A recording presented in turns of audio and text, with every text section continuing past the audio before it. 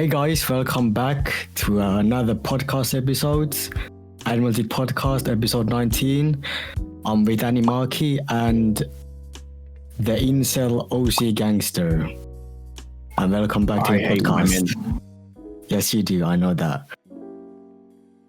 I could just go. The thing is, bro, just go on your Discord server and there's just evidence of you being an incel, bro. Have you ever considered maybe it's not women but you? Exactly. No. Look, mate, I'm sorry. If I looked like you, I'd be rolling in it. You have no excuse, bro. No. No excuse, bro. You have absolutely no excuse. Well, my mum says I just go for the wrong women. I just pick the crazy ones who just damage my mental health. That's what my mum says. That's the best kind of women, though. That's the best kind. Yeah, that's the thing. I love them. Like, I love the like. That's it. Welcome to the Incel podcast. Today we're going to be talking about women. No. No, we are not. Like, I am not going to contribute to your misogynistic shenanigans. I am not a misogynist. Okay, you're an incel, man. I'm not. Yes, you are. I'm not an incel. Yes, you are. No, and actually, recently, there was this girl who I used to like, who actually I turned around and I said that I'm way out of her league, and I felt very proud of that. That was the first time I ever said I'm out of someone's league. Are you a nice guy? Are we talking about a nice guy in general, or say yes or no? Are you a nice guy? No. I don't believe that. In terms of like, I'm completely different off camera. So you're a nice guy. Like, you know that Animacon video? Watch that, and that is literally me off camera every single day. Bro is a mix of incel, neckbeard, and a nice guy. Bro. That's crazy, bro. Anyway, there is some news that happened regarding incels, or not really incel, but more of a Sigma male, a top G. Your dad got released from jail? No way, bro. No way. Andrew Tate's come out of prison. No, but I have a question, right? I have a serious question, right? You like Andrew Tate. It's clearly obvious. I support Andrew Tate. Yes, okay. I was going to make a video called I Support Andrew Tate. You know what this is? You know what this is? He needs help. For someone who's like almost 30, just sitting here listening to this is what makes me think us nuking Russia to get this over with is a good idea. Because, like, quite frankly, if this is the future of Western civilization, Putin's right. He should just nuke us. Like, at this point, Anglo delenda est, nuke the UK. Jesus erase Turf Island from existence. Turf Island should cease to exist. And, like, think about it this way. It's a net win for humanity anyway, because even if we are just nuking the UK, just the fact alone is that we will be removing Sheffield from existence. And yeah, I can back that. I can back that. The fact that, yes, we would destroy all of the UK, but on the flip side... for fucking shit, Doujingod, you know it. My home. All of the UK, yeah, I know it's a sad loss, and the Irish will probably die of radiation poisoning by proxy, and it will all be very sad, but Sheffield will stop existing, and OC will go out in a blaze of glory like he wants to, so I think everyone wins. Quite frankly. But France still exists. We need to outlast France. That's the only issue. You want to know something? 10 seconds in, we're already getting edgy. I'm gonna just say it. The French are better than us at this point. You know why? Because, like, we're worrying about Brexit and all that bullshit. We're worrying about, Ukraine, all this sort of nonsense. Like, oh no, we protest. We can't have the NHS do this because we can't do this policy. What about the economy? No. Try to raise the pension age by 2 years. The French are like, right, that's it. We're going to guillotine Macron. We're going to burn down Paris. And then, just to finish off, the top 3 billionaires in France will publicly execute. That is how we should be handling things. The French get angry about things. We just sit there and whinge and then do nothing. The entire British personality is, Oh well, if that's what the Lord say must be done, well, yeah, unless they give us a vote to do it, like we'll win, and they'll give us a vote. You Like, fucked right. it up last time you voted. What do you mean we fucked it up? You did. No, we didn't. no, we didn't. You had an option for Jeremy Corbyn, and you voted for Boris, and people voted for Boris Johnson. We wanted a meme. We wanted Trump was in power, and we thought, look, we need the British equivalent. No, you fucked it up the last time you voted. Right, one of the guys, he literally made out with a woman in an elevator, cheated on his wife. The other guy was seen in a nightclub partying. Like, you can't deny that. They're just like, Johnson's cabinet was just psychos. The bud broke his own rules that he said. Yeah, that was what killed him in his career, and that was a big, like, why the fuck did you that, you... Yeah, and in fact, it actually turned a lot of the Conservative supporters I knew, a lot of my friends who voted Conservatives, they literally like, I'm voting Labour in the next election. I'm like, oh, that's quite... So that's how much of an effect it had. How the fuck did we get from Andrew Tate to this? Because Andrew Tate is inherently political, and he's like a conservative freaking tool. I'll answer your question why I support Andrew Tate. It's very simple, right? He had nothing in life. He didn't have any rich, because I originally thought Andrew Tate was a millionaire because his parents were rich. His parents were dirt poor. He literally he came from Luton, which is a fucking shithole, as I can, it's like the it's the working class poor part of London. And pretty much he went from nothing to being a millionaire in a matter of a few years. And I think that going from poor to rich in a matter of a few years is really, really, like, that's fucking good. Like, would you not want that to happen to you? I think it's a matter of how. He said it was because of something. It wasn't. The reason why he did it was cam girls. He worked as the person so that you'd go onto a cam girl site, think you're talking to the cam girl, when in reality you're talking to Andrew Tate. He's sending you messages and stuff, and you're giving money. And then he trained up those girls how to use the keyboards and interact, and then he expanded that business. And this was before OnlyFans, so it was really easy. And then obviously you can't do it now because OnlyFans has killed that industry, kind of. And so, yeah, and that's how he was able to get his money. And then obviously online presence, yada, yada, yada, say controversial stuff generates a snowball effect. More people check you out. You say it's a bit like Piers Morgan. Piers Morgan says a lot of bad shit, but he'll say one or two things. We discussed this in fencing. It was really weird. He'll say one or two things that you can agree with, like the British national anthem shouldn't be banned, and people will be like, oh yeah, Piers Morgan, he's right, and then they support him, and boom, there we go. It's a snowball effect, and that's how Tate does it, because he knows, because sometimes controversy is the best publicity. Yeah, controversy is the best publicity. Okay, but you are not Andrew Tate. No, you are you 5'10" Wales person living in Salford. Okay, yeah, but then you think about it.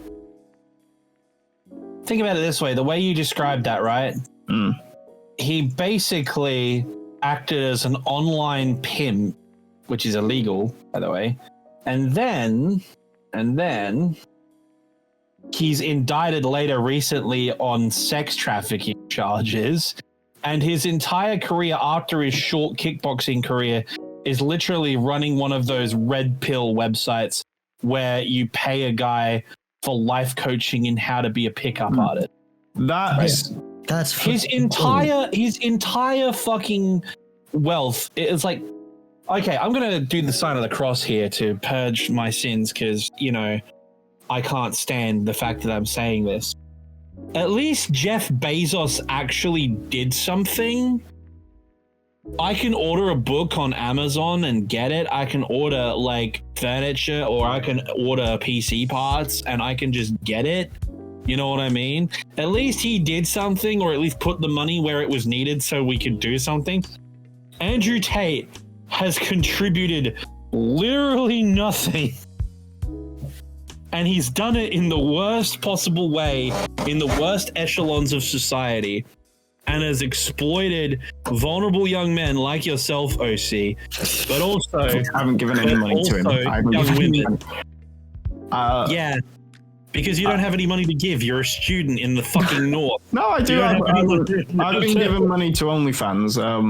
That's what the topic of this Which is why. Why? How are you an Andrew Tate fan? Did you pay for Onlyfans? Yeah, you're simping, right? That's what I'm saying, bro.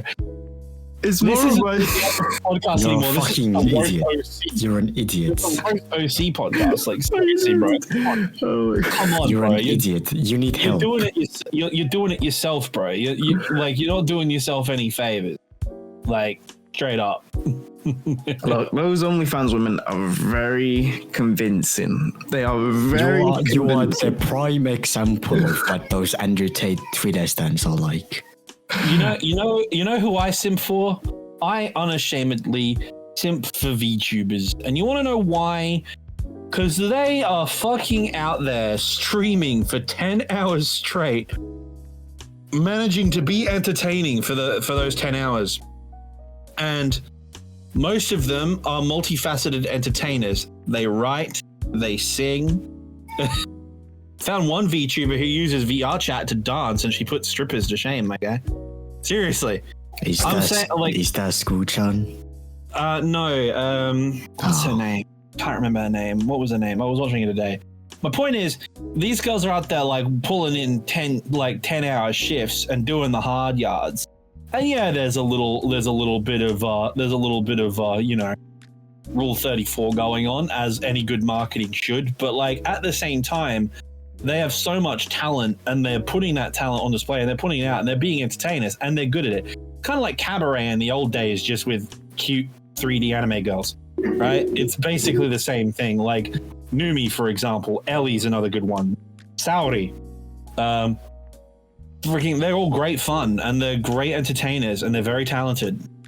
So The thing is, there are so many VTubers that have zero talent. yeah, 100%. Yeah, 100%. Like, And the only way they grow up is to horny bait Twitter posts. And it's why do I feel like you're adding Cinder right now?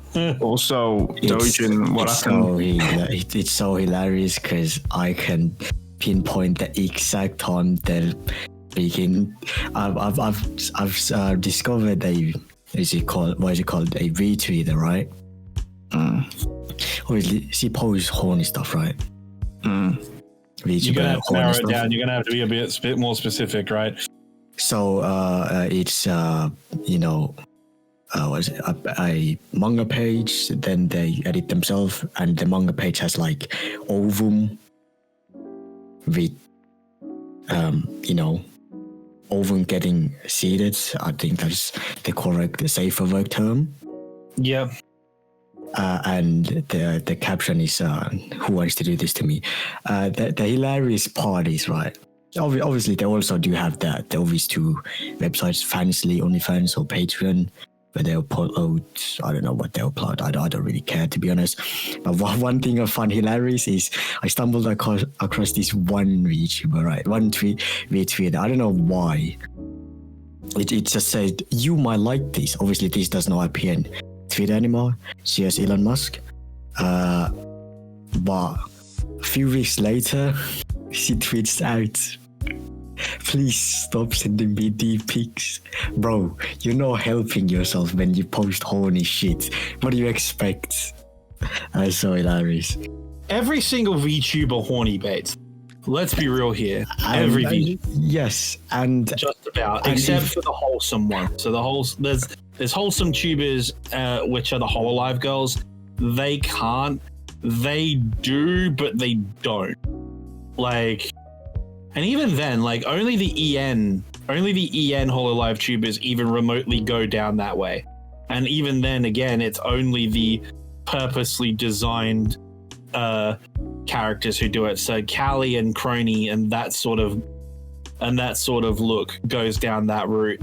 Like the rest of them, like Mumi and Gura would lose their contracts if they tried to go lewd. Like it would not work, right? So Pikami is another one, but she's a JP. VTuber, so that's a bit different. But like seriously, if I look at all the other independent ones, like let's think about this. There's Cinder, Fifi, Ellie, Shy Lily. I'm not gonna lie, I don't really like Coffee, whatever her name is. Fifi. I have no idea what we're talking about. I think that's the definition of you know I don't know if you've seen that, where there's like 10 bars of like 10 bars on left side and then 1 bar on the right side. The left side is tweeting, and then the right side with 1 bar is actual content. I think that's her. Oh, okay. I mean, I genuinely think that's her.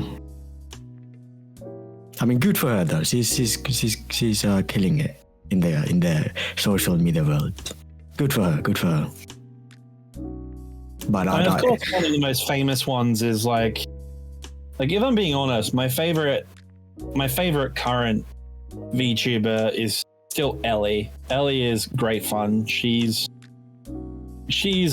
knows what she's about, and that's good. I like that. I don't mind horny VTubers when they know exactly what they're about, right?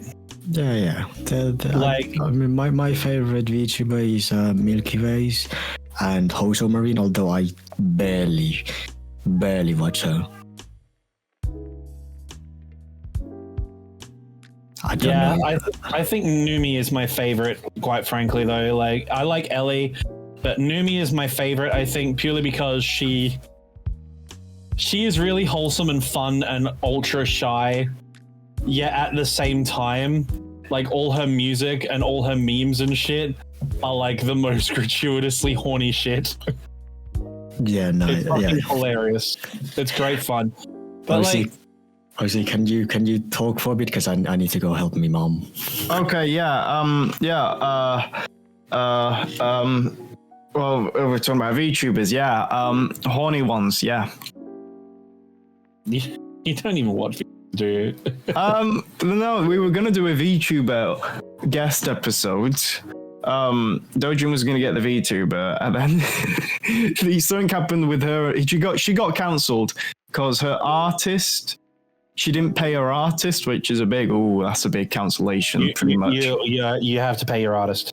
You just pay your artist. artist. Pay your artists, guys. It says AC hasn't paid our editor. He's an editor. There's a difference between an editor and an artist. Really? Editor, post it. Like, you better get on this in post. Do not let him say that. No. Editing is an art. I do a lot of it. Trust me. Well, my mother wouldn't classify editing as art, and she's got a degree in the subject. So your mother's wrong about a lot of things, though. She's really, when it comes to art, she's not. She gave the we went to a Pablo Picasso museum, and she was telling the Spanish. She was telling the Spanish tour guides what was right and wrong. And then my dad went around squeezing the asses on the statues. Oh no. This is typical Salford guy. Anyways.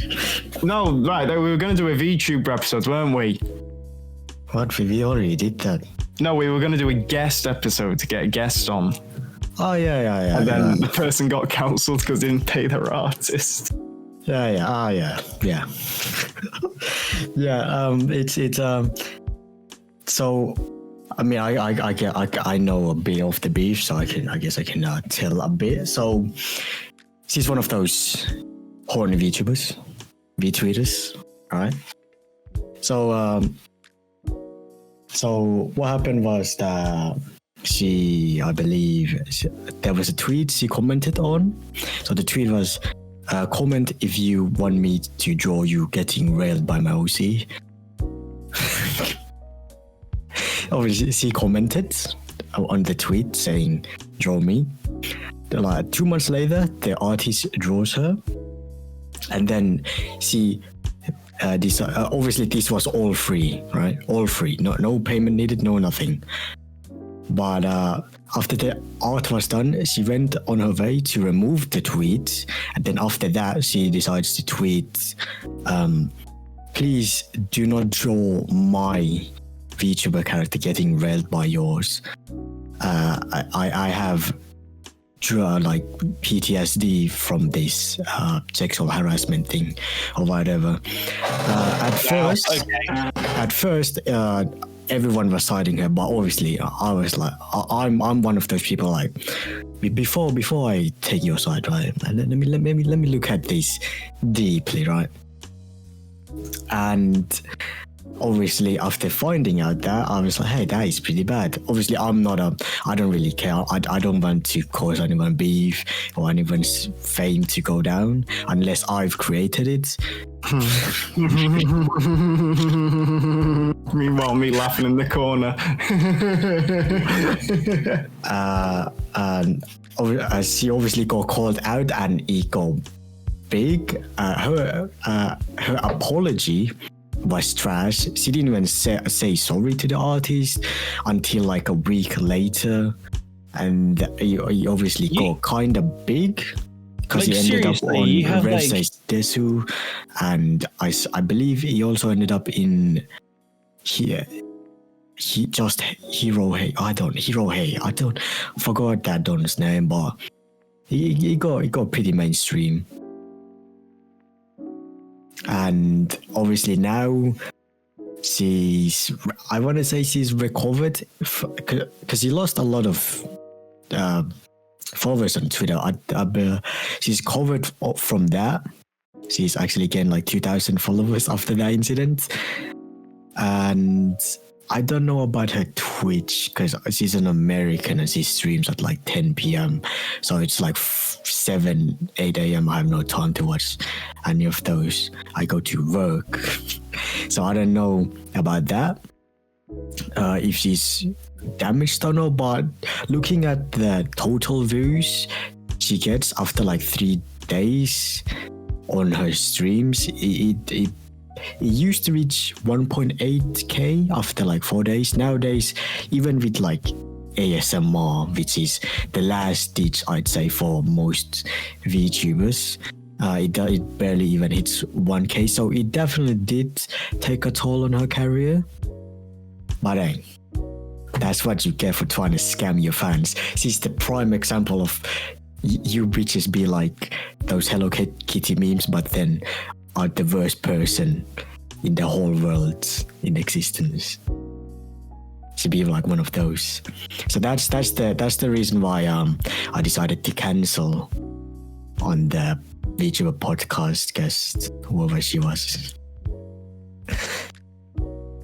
Oh, I know one on TikTok I could ask, but she's German and she's one of those horny ones. So Lotte?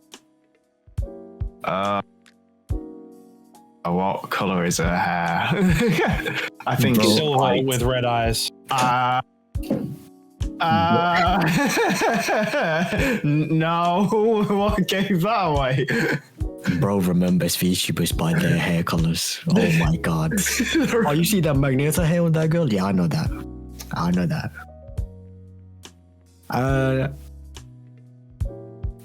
So what else? I completely forgot what to ask. Oh yeah.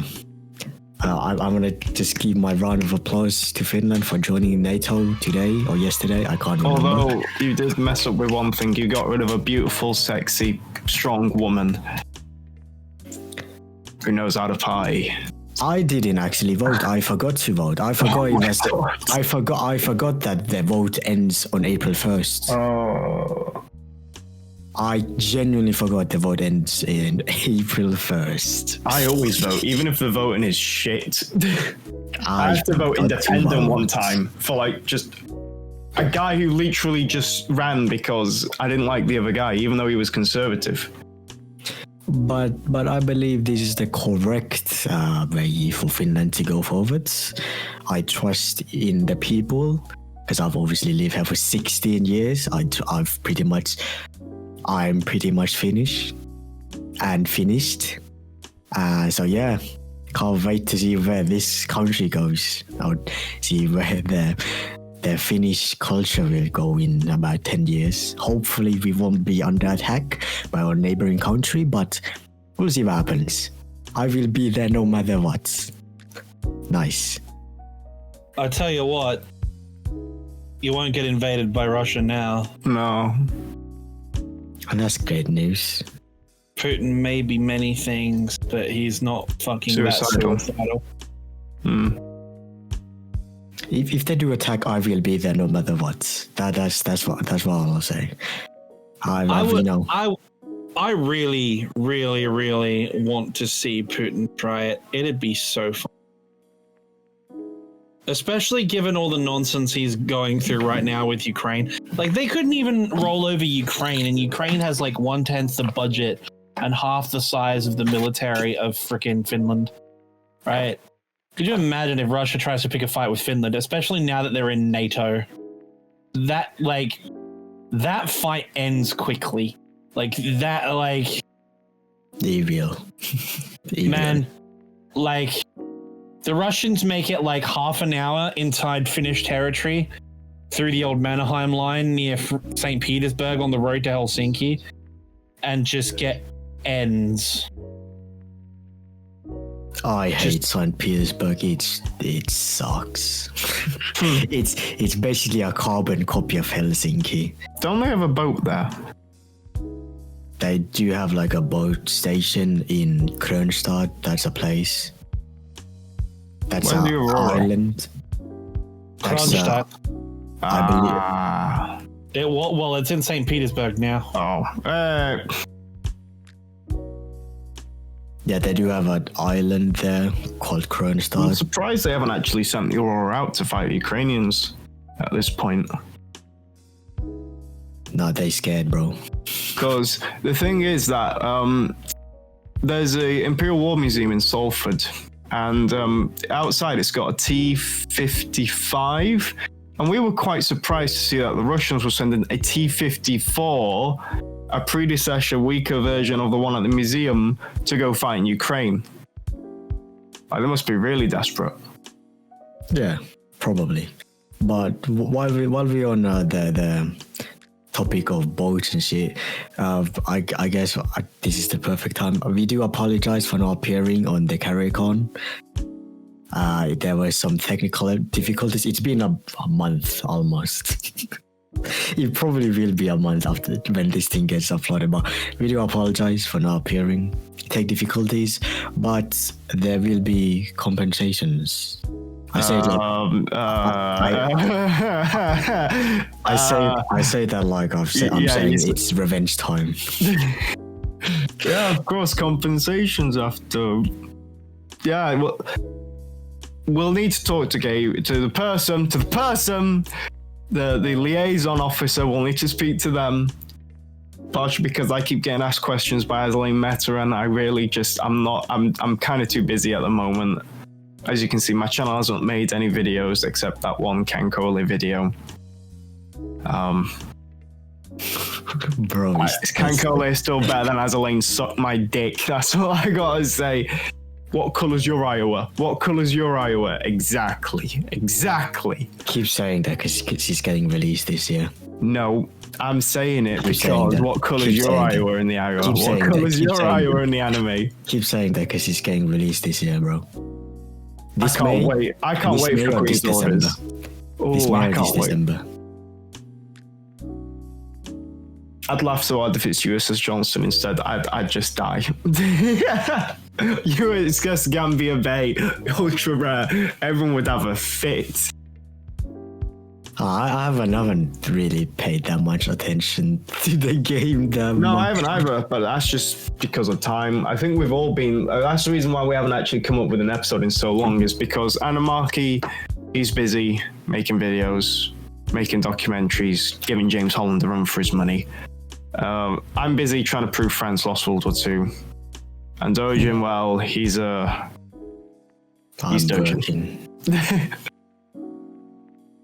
He's on that Doujin thing, bruv.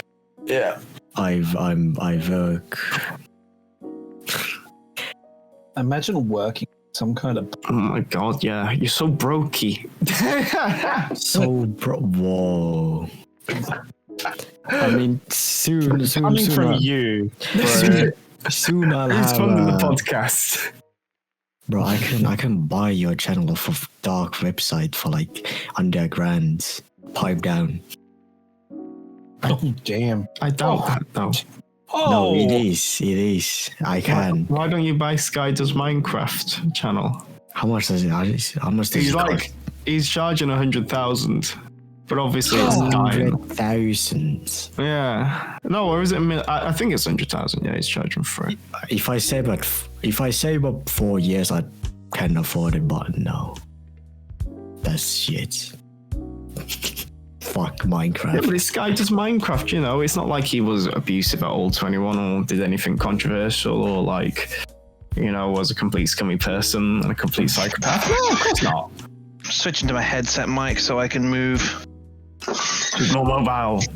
He's in the I'm walls. going mobile. He's I'm in the walls. goddamn walls. I'm in your walls. What are your opinions on the last episode of Ash Pokemon? Because there's no more Ash. There's no more Pikachu. Well, there is probably more Pikachu, but no more Ash. No more Ash Ketchum. I'm emotionally devastated, but it hits a lot harder for me than it would for you guys. I mean, it pretty has sure. to happen at some point. I mean, we're gonna have the last episode of The Simpsons soon. We're gonna have the last episode of South Park soon. We're gonna have the last episodes of Fat. Well, actually, Family Guy's a bit shit, so not really any sympathy there. But you know, these things happen. You know, shows come to an end. I hope Doctor Who crashes and burns for reasons. After David Tennant goes again. I mean, the new Doctor looks pretty cool, actually. I kind of like him.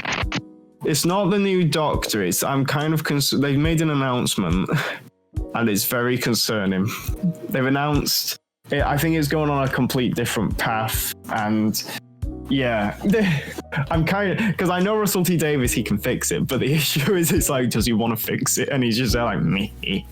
So I don't know what's on his mind. So we're all really nervous.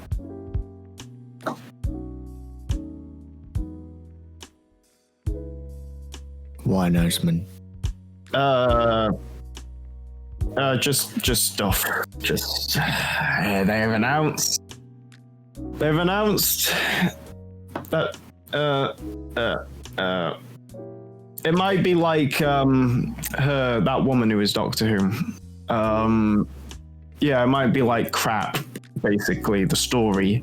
We don't know if it's getting rid of the crap that she had, if they're because apparently they retconned Doctor Who, where she was the center of the universe and blah blah blah and all that and crap, and she created the time wasn't. Basically, long story short, we don't know if Russell T Davies is going to keep going with that, or if he's going to say that didn't happen. That's completely irrelevant. But so that's what we're worried about.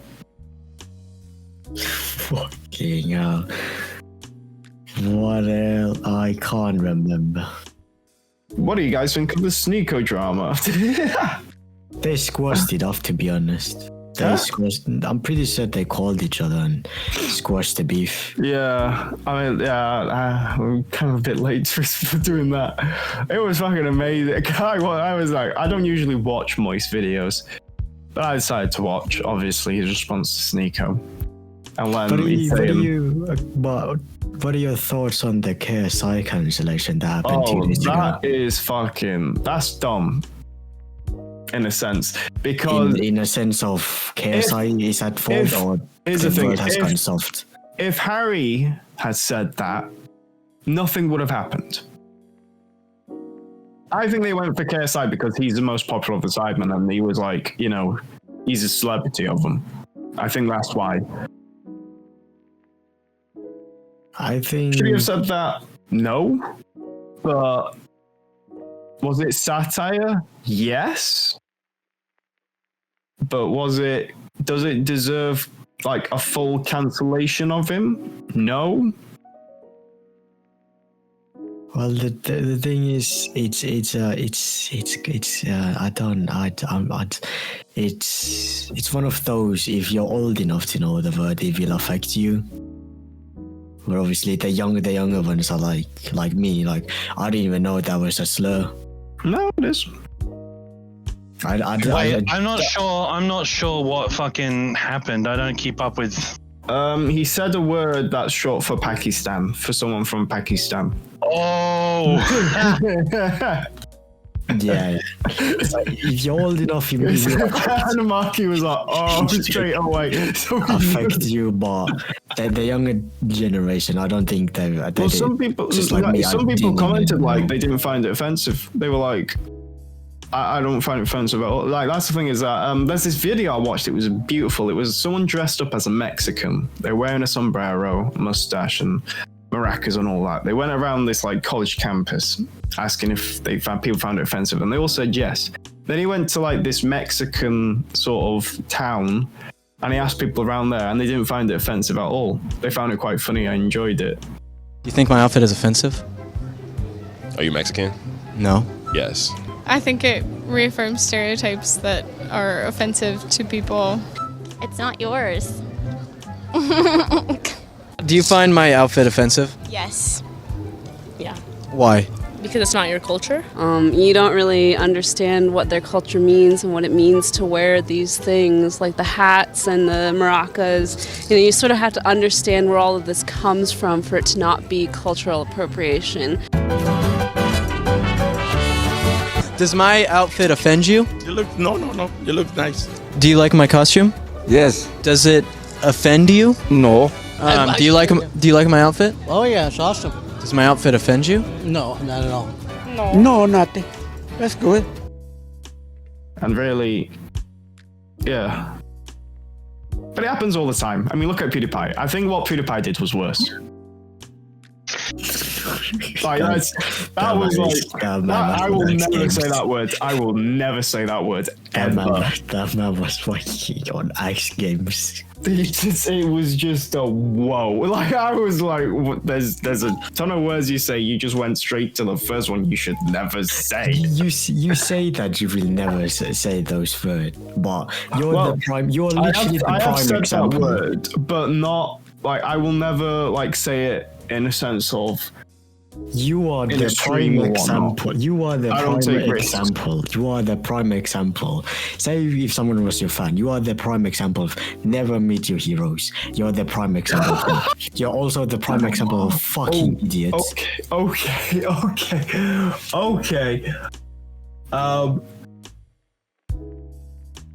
Because they see you as this white British guy. Oh my god, Wales. Oh my god. But then they get like I got to know you. You're a horrible person. You never viewed me as I was never your hero. Not. Oh my also, god. I know that there's issues in our relationship, but you don't have to call me a horrible person. You're a fucking idiot. You idiot! You're honestly an idiot. I don't know what's wrong with you. I know, honey. Idiot. I know. I can be You're a fucking idiot. You fucking suck. I just wait till August. I've already written the script. Fucking shut the fuck up about that stupid fucking crack video. Oh, it's gonna change everything, baby. It's not going to change anything. It is. I'm looking at my Prince Eugen right now, and she's smiling at me. The more you reveal it, the more it fails. It's a common term. Which is why I'm only gonna reveal it one at a time, and then I'm just gonna upload it. The more you reveal it, the more it fails, bro. You keep when you have a secret, when you have a project, keep it as a secret, because as soon as it leaks, even if you say it to your mother, it will somehow fail, and then the expectations go down, spiraling down, and then you go into depression. Well. But in terms of giving everyone the ending it wants, it's gonna be good. Unlike John Wick 4, what the fuck was that? That was awful. I saw John Wick 4, didn't like it. I like most of the film, and then the ending. That was it. I know what we can talk about. I just realised there has been something I've been needing to tell Animarchy for months now. Yeah. So, obviously I went round my fencing society at university talking about the podcast. And after Christmas, this one guy came up to me and he said to me, you'd never told me that Animarchy was on your podcast. And he's a fan of yours. And I was like, yeah. Animarchy's on the podcast and blah, blah, blah. And yeah, has the lame videos he's done. Blah, blah. And then he said, oh, okay. And then the next thing he said to me was, so, did I hear right that one of the hosts was going to leave? And I was like, my suffering. And I was like, hang on. And I said to him, do you want to fucking get rid of Doujin so you can be on the podcast and be friends with Animarchy? And he just went, yeah. And I was like, okay, it doesn't work like that. I don't speak to Animarchy all the time. You know. But then I told Doujin about it, and the guy got like, oh no, please don't tell him. I told him. And then I reported back to him, and he said, yeah, tell Doujin his time is running out. And yeah. End my suffering. I will happily trade something with Joe. Why don't you just swap with him then, if you want to end your suffering? We can have Joe on the podcast. Animarchy, OC Gangsta, and Joe. Nah, he's gonna have a bright future. Yeah. Joe who? Joe who? Who's Joe? Joe who? Fucking someone say it, please. Joe Mama! Who's Joe? Someone say it. I've been saying it to this guy all the time at fencing, and every time people give the response, and it's annoying because fucking. You're not saying it. Oh. He also gave me permission to mention it all, and so we'll be happy to hear that. We'll be like, ooh, that's me. Watching the podcast. I'm important. I will happily trade. My address is, I live somewhere in Salford. You don't live somewhere in Salford. Yes, I do. You used to live in Manchester City as well. The north. You were just born in Salford. Oh, you were born in northern quarter of Manchester. Oh, we're fucking away from right. North right. I forgot that's what right side. It was east. Oh. No, wait. That's like me claiming my Irish heritage because my grandmother came from Northern Ireland, you know. Even though I can do it, I fucking don't because it's like a small sliver. Little did you know that I have a Japanese name on my name. Right, we'll get a Japanese passport and then you'll be a god. Come on, Doujin's a Thai though. The moment he lands in Tokyo, he's gonna get immediately stopped by police and searched for drugs. Like he's just gonna walk around. If you're from any Asian country other than Japan, like if you look ethnically other Asian quotation marks in Japan, police will just stop you. Even if you're African?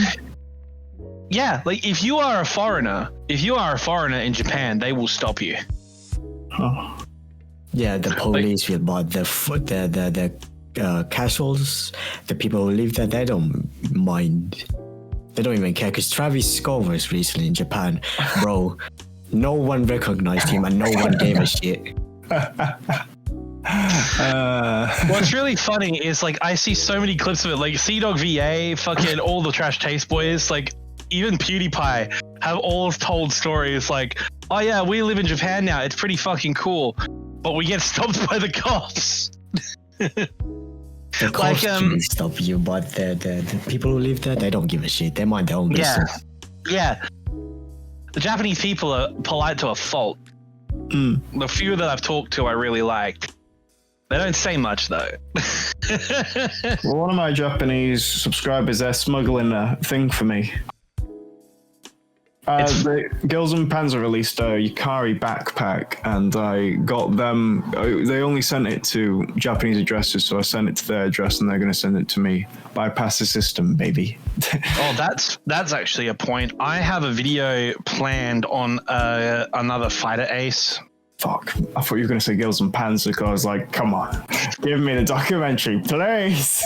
I want to do it, but the thing is, it's going to take me ages because I'm trying to get as many people as I can for it, but also I'm actually trying. I'm looking at avenues to actually talk to some of the people who worked on it. Oh, on Girls on Panzer. Like with the anime itself, like voice actors, people who are in it, like people who worked on it and drew it and stuff like that. You're not going to be able to get Suri. You're not going to be able to get Miho. You're not going to be able to get... They're all too high profile. And yeah, there is only... I think there's one person who I think has links. And that is Chieftain. Yeah, I have... Chieftain said he'll do it, but he hasn't gotten back to me. Yeah. Meanwhile, I would have just sent like 5 messages to him by now, being like, "Oh, he gave me the video," because that's how I handle my business. I'll message him I'll message him a bit later on when he's not as busy. No, who's the fight race? So please be. There is this guy called Jan Zumbach. He was a member of 303 Squadron during the Battle of Britain, like the Polish Squadron. All right. Here's the thing. This guy, the title of the... So you know how my Marseille video was called The Real Life Maverick, right? This video's title is The Real Life Han Solo. Oh. So basically, this guy is a Polish fighter pilot. He breaks his leg in a skiing accident or something. And so he's laid up in hospital when the Germans invade Poland, so he gets evacuated through Romania.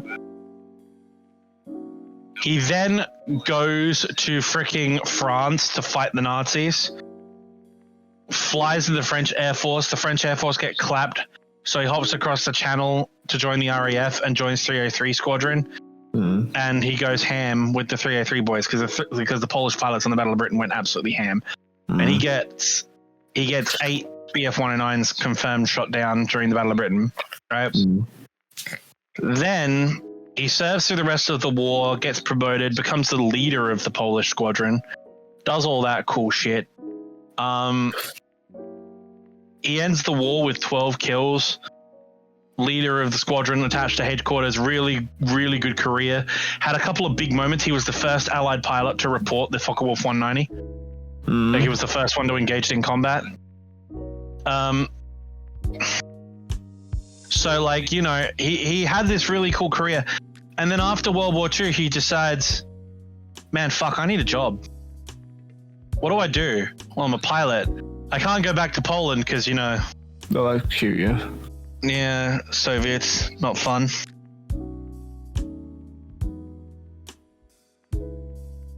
So what does he do? He becomes Han Solo. He becomes an international smuggler in Europe, like smuggling Rolexes and shit from Switzerland into Britain through customs and shit. Oh yeah, that's quite good pay.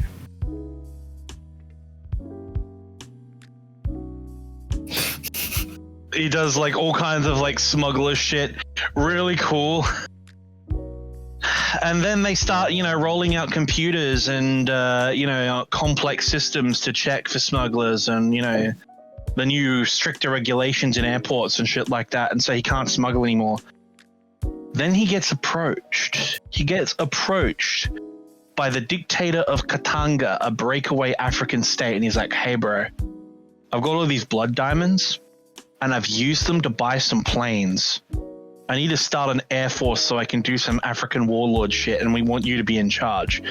And he's like, fucking bet. I got nothing better to do. So he gets paid in blood diamonds by an African dictator to run his air force, which is cool, and does African mercenary warlord shit for a while. Then Nigeria splits in half after, you know, that went down and you had the state of Biafra and he becomes the actual head of the Biafran Air Force and does all that for a bit.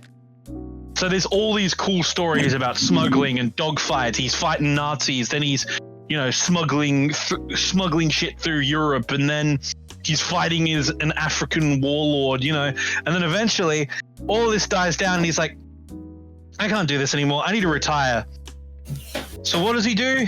Does he like go back to like Poland or England to just retire and get a job at a airline or something. Nah, man.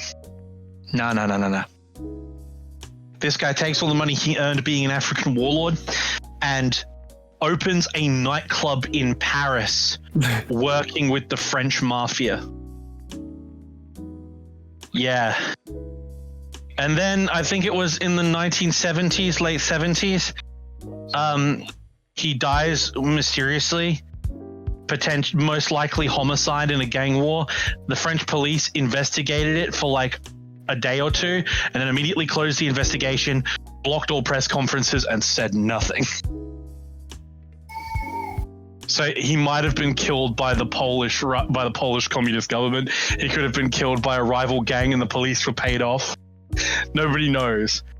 But yeah, I'm reading his biography. Now, the reason why I brought this up is because I had to do the fake address thing as well. I had to invent an address in France to get an ebook copy of this because his biography was published in French because he lived in France, right? The English copies I found were all hardcovers and they cost like hundreds of dollars because they were a rare print. So the only way I could find it was a French ebook. Once I got the French ebook, I had, using Microsoft Word, translate, and even a French dictionary in some places, I had to translate the entire fucking book from French into English. It took me a week. Oh, you should have just asked. I've got a French person who could do that. And I was like, nah, bro. Like,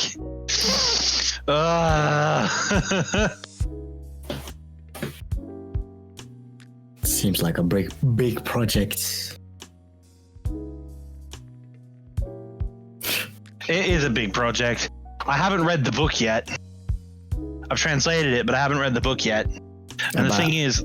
About how many pages is it? Oh, actually. Triple digits? Yeah. Okay. So, 40... Okay. That's all I need to know. It's about... 48... It's about 170 pages. Oh, that's not bad. That's not bad. But that was translated from so there's about 30,000 words.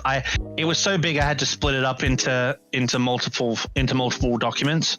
So it's split up across 4 documents, each one with about 31,000 words.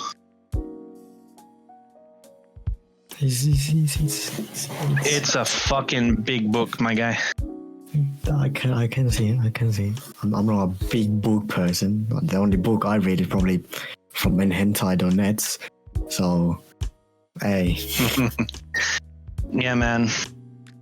God, I mean, this is porn to me. Like, straight up. Like, this is actually porn. Like, you mean to tell me there was a real life fighter ace who turned into Han Solo, the smuggler, then joined a freaking African warlord as a mercenary? Like, bro. Like, you can't make this shit up, bro. You can't make it up. It's absolutely insane. The thing is, that does sound like something out of like a fictional book. But yeah, it's real, so it's fucking cool. Yeah, it's absolutely insane. Like he has like one of the most interesting freaking stories. If that was a book, I mean, a light novel turned into an anime, I believe it would get a decent score on my anime list. You know. Speaking of anime, there's some absolute bangers coming out this season. Yeah, it's coming May, right? The new shows. The new shows are all. The new shows are coming out in a couple of days. Fuck. So season 2 of Lesbian Golf Waifus is coming out. What the fuck? That sounds hot. What? You guys don't know about Lesbian Golf Waifus? No, I don't know about the Lesbian Golf Waifus. I have not watched. No, the last anime I watched was in January, so that's that. strictly speaking, the lesbian golf mafia. So there's like a European principality. I mean, I assume it's European, or maybe it's like a European colony in the Pacific. We're not sure. Called Nafris, and it's basically a really like rundown place. Like there's lots of gang warfare, lots of mafia shit going on, and there's a lot of underground like gambling going on. And one of the branches of underground gambling is betting golf, or like you gamble on golf games. And it's like an entire mafia underground for golf. It's really fucking cool. And it comes complete with the shonen sports anime tropes. So there's super powered golf moves and shit. It's really cool. Oh my god. But what's amazing about it is it's got all the cool bits about a sports anime. So, you know, the power of friendship, competition, really cool battles. Curves, bounciness. Oh yeah, curves and bounciness, my guy. Curves and bounciness. And then you've got the added underground aspects, so there's car chases and gunfights every now and then. And there's also, the fact that it's all, lesbian golf mafia. It's, the waifus are top tier, bro. The waifus are top tier. Imagine playing golf in mountains. Oh my god, that would be the worst fucking thing ever. Also, another thing about golf, I don't think golf is a sport. I genuinely think sport is not a golf is not a sport. What about crazy golf? Shut the fuck up. I did it with my sister. Golf. Stop with the crazy golf. My sister called it crazy golf, and I was like, oh, my friend said it's mini golf because they got really offended. I don't think golf is a sport. If golf counts as a sport, ranking is a sport. No, it's quite hard to do golf. No, there is zero athletic shit you do in golf. You genuinely burn more energy tossing yourself off than playing fucking golf. Look, it's an old man's sport. And I understand that sometimes they get rid of parks for people. If the film Falling Down taught me anything, it taught me sometimes there's a great injustice in this world. I knew Animarchy was getting. Animarchy's like, oh god, he's giving all the fucking red pill. Fucking You know what? Falling Down makes sense to me. I like Falling Down. My favorite part of that film is when the guy who runs the military surplus store thinks Homeboy is a Nazi, and he just turns around and he says, no man, we fought the Nazis and you're a piece of shit, and just kills him. I'm like, based.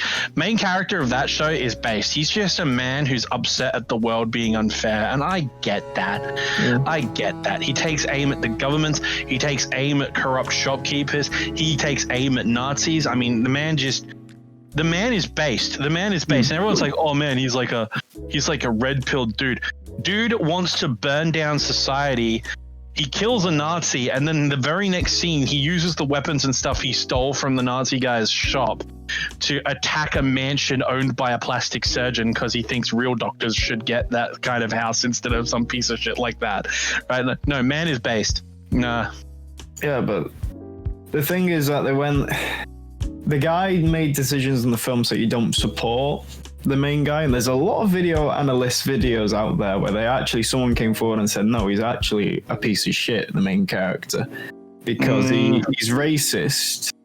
Because he does show sometimes racism, and it only really concerns himself. Is that they said that he's not concerned about the whole thing. He's only going against the system because it's himself. If he was in a better position, he wouldn't.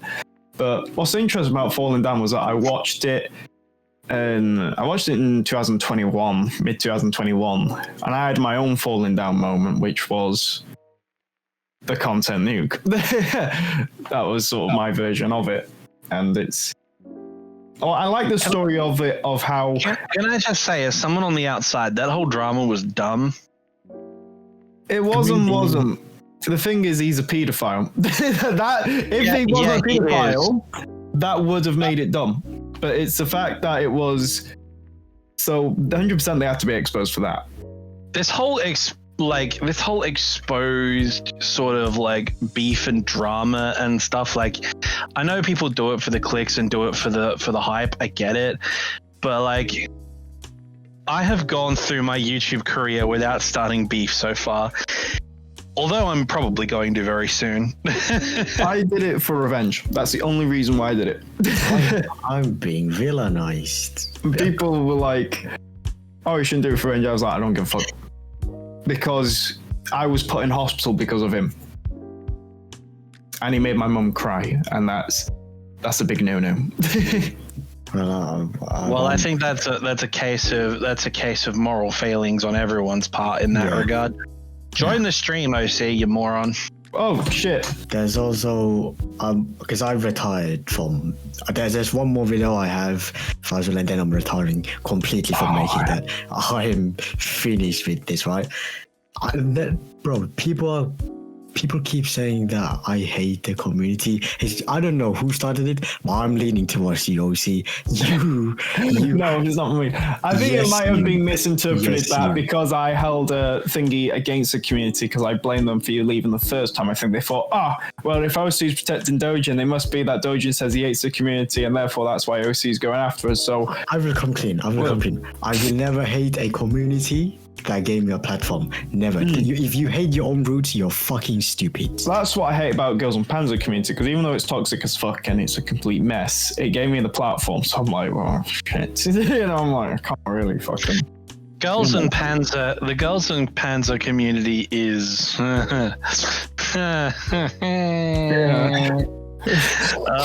Bro, like, man, as I said, it's weird for me.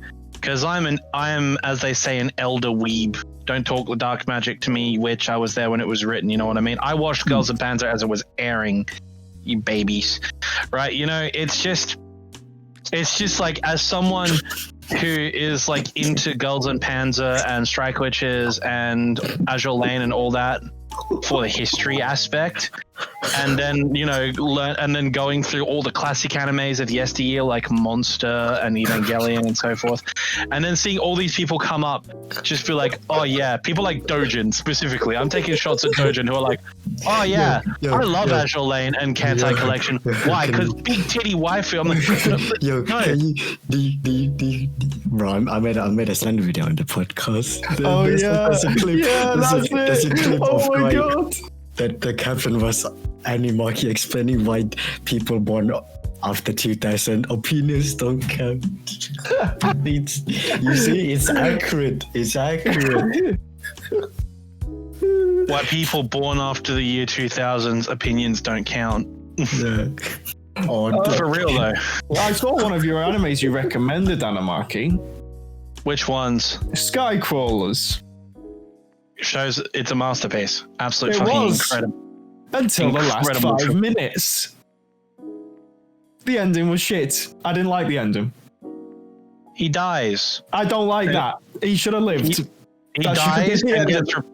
He dies and gets replaced by a clone of himself. I know it's fucking dumb. You should head Chainsaw Man. But the fact is, I had to fucking look up online for an answer to that film. I was like, this is a masterpiece. And then the ending happened. I was like, this isn't a masterpiece. I need to research this shit. And then I find out you've got to play the games before you watch the film. I'm like, what? You don't. Well, it turns out basically the games are a prequel. The games were made after the movie, and the games explain the origin of the teacher and why he's such an asshole. And why he feels so guilty.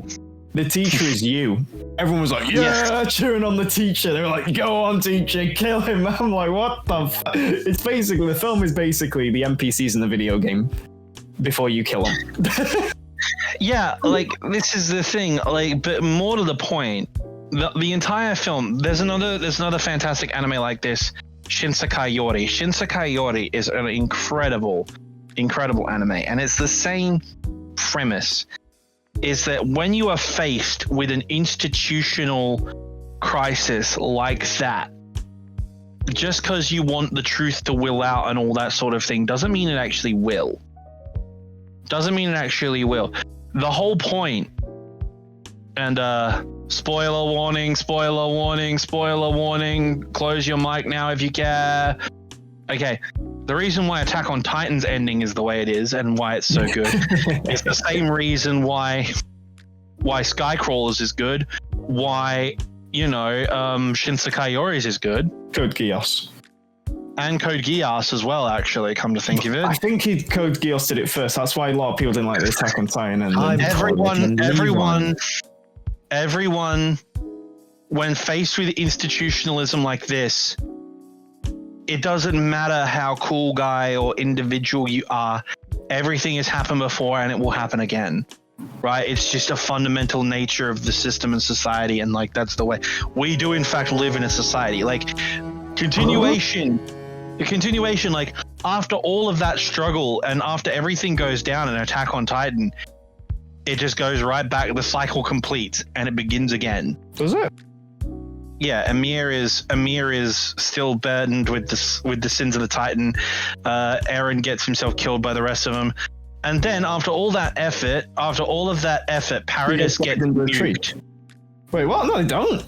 No, fuck. Yeah, that's the ending. What do you mean? I do not remember them getting nuked. I read the ending. In the manga aftermath, in the aftermath of them defeating Eren and everything's cool, like 50 to 100 years later, the rest of the world gangs up on Paradis and blasts it to pieces. I did not read that part of the manga. What? Yeah, you missed it. Yeah. So after all that effort, that's it. Doesn't help. Just end. And everyone's like, wow. Everyone was so pissed off about the ending, and I'm just like, well. This is how it ends. Like, this is how it was always going to end. You know that. There was apparently a panel of someone finding the tree where Ymir fell into, and it was like more modern. But I don't. Yeah, that's it. The cycle ends and begins again. That's the whole point. Like, they find the tree, right? Yeah, that's it. That's the whole point. How's the Titan going to do against an A10 Warthog if we're going by the process that they've gone that far in technology? I'm going to do rumbling. No, you're not. Could you imagine if they tried the rumbling today? It would be pretty funny. Yeah, if they try and do it today, the modern military would just annihilate the rumbling. It wouldn't happen. Even Godzilla could destroy the rumbling. I saw a video on it. They did a video about why Godzilla could stop the rumbling, and I was like, this is interesting. This is amazing. You see Hange take down like several of the colossal titans with her swords because she cuts them ape. And she takes down. I love these spoilers. Oh shit! I gave a spoiler warning beforehand, so you got to deal with it. So now that the editor can backtrack, this is Lesbian Golf Waifus, the trailer. You can editor involve a clip from this. Don't get us copyrighted though.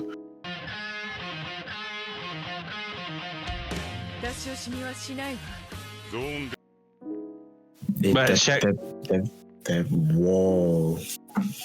Yeah, man. It's so epic. Best girl. I think I know why you like it. Yeah, man. Golf Mafia. Yeah, dude, for real. Show's amazing. Golf is not a sport.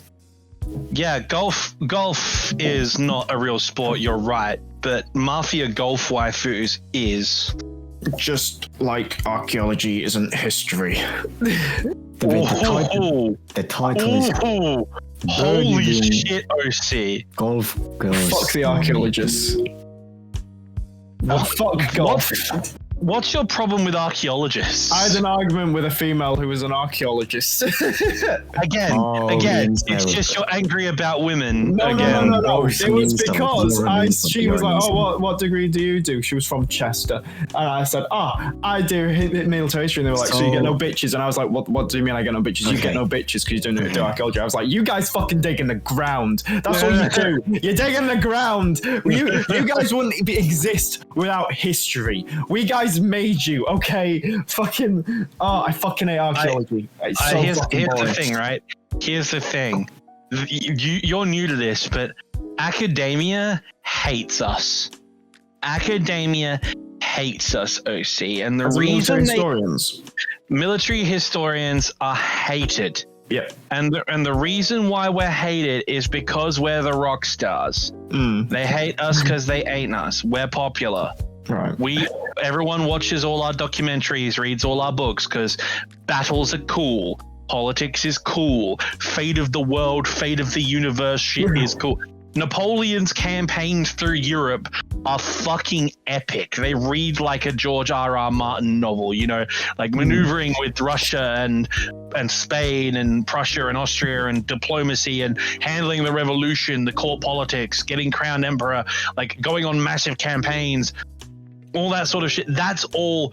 You write legends about this, like, and then you look at other even older military history, like the Viking sagas, for example, the adventures of Ragnar, and or even another anime that's very, very good, that's absolutely epic, Vinland Saga, the adventures of Thorfinn and Leif Erikson, right? Like, bro, like this shit's all really fucking cool, and we write all the cool histories about that because we're talking about all the cool shit. And you want to know what it is?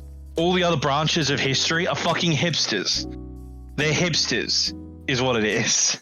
They're like, oh, they are well, I have it on vinyl.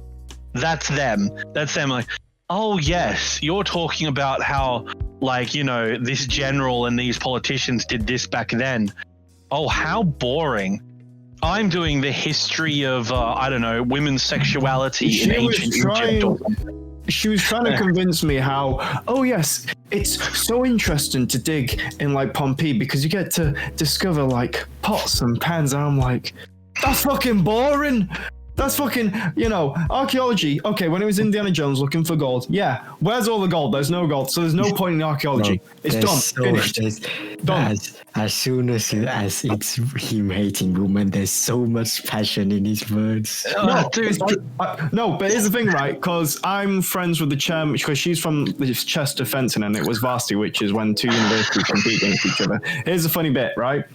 I went to Sea Cadets with the chairman of Chester fencing, and I complained to him about it. Not in like in a jokey way. It was like, she said horrible stuff to me, and it really offended me. And then he went into the group chat and was like, who here said, because he does history, so he said, who here dare say history's better, that history's not as good as archaeology? And this girl was like, I think it was me. Oh shit. So then I accidentally kickstarted a war with this other university. And I'm like, and I said to my university, look, if anyone asks if I'm here, I'm not here. I'm out of the country. I've gone to Spain. I'm not here. I accidentally started a war with Chester. Good luck. So here's the thing, right? I love archaeology. I've always loved archaeology. But archaeology to me is like geology to science. Yes. Very, very, very fucking important, but not very cool. Dinosaurs. No, that's paleontology. That's a different thing. Paleontology is. They're cool. That's cool. That paleontology is legit cool. Again, because paleontology is really cool because. Dinosaurs, yes, literally dinosaurs, but more to the point, there's a lot of theory crafting involved with paleontology, right? Because with archaeology and history, like, we're humans. We can make certain assumptions, and we've got certain historical records which allow us to, like, extrapolate what's going on, right? Whereas with dinosaurs, we have only got the bones and the remnants of, like, plants and animals and shit to go on, right? Which means consequentially we have to make shit up. We have to guess, and that leads to Jurassic Park, you know what I mean, like raptors and Tyrannosaurus rexes, and like, how did they behave? What was their kind of, like, we're imagining and theory crafting the anatomical behaviors and constructs of an ancient period which we have no frame of reference. this sounds really weird, I know, because, you know, big difference between fiction and reality. Paleontology is cool for the same reason that like a David Attenborough documentary on the creatures from Pandora, like James Cameron's Avatar, like the creatures from Pandora would be cool. You know what I mean? It's like you are theory crafting and building a world that is, you know, it's a real living thing, and you don't have enough information to go on, so you just guess. You kind of piece it together, if that makes sense. That's what's cool about paleontology. Archaeology is really cool to find supporting evidence to the primary sources that we have. Like, archaeology is cool when it's I find archaeology very cool when it's backed by a primary source, right? Like the record of Bismarck. Yeah, like the wreck of the Bismarck, that's technically archaeology. Shipwrecks are archaeology, technically. You know, also finding the ruins of Troy, for example, the city of Troy. That's cool. Searching for Atlantis, a myth, yeah, sure, but an island civilization near the Moroccan coast, maybe in the Balearics, that might not be completely outside. That might not be completely out of the question. Like the ruins on Malta, the Templar ruins on Malta. Like, there are tons of cool shit that you can find and do in archaeology. It's the stuff that doesn't really interest me. Digging for arrowheads in Scotland. Yeah, so basically, time team. You don't like time team.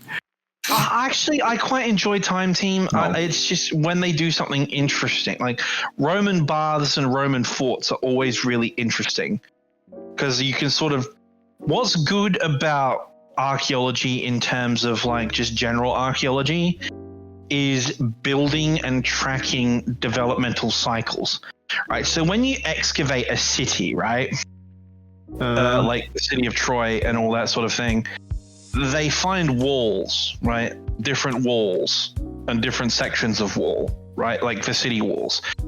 You can then carbon date those walls and find out roughly when they were built, right? You can sort of work it out. And then you can track the development of the city. Like, they've done it in Rome, like, several times. They'll find bits of Rome and they'll track it out, right? They'll track it out and find how Rome developed, what the cities has done. And, like, that's really cool. Especially the Appian Way. The Appian Way with the old Roman grave markers, absolutely awesome. Also, the study of ancient languages and dead languages is really cool. Don't know if you guys, I'm not sure if you guys use TikTok, but there's this guy who does ancient languages on TikTok. He's really, really cool.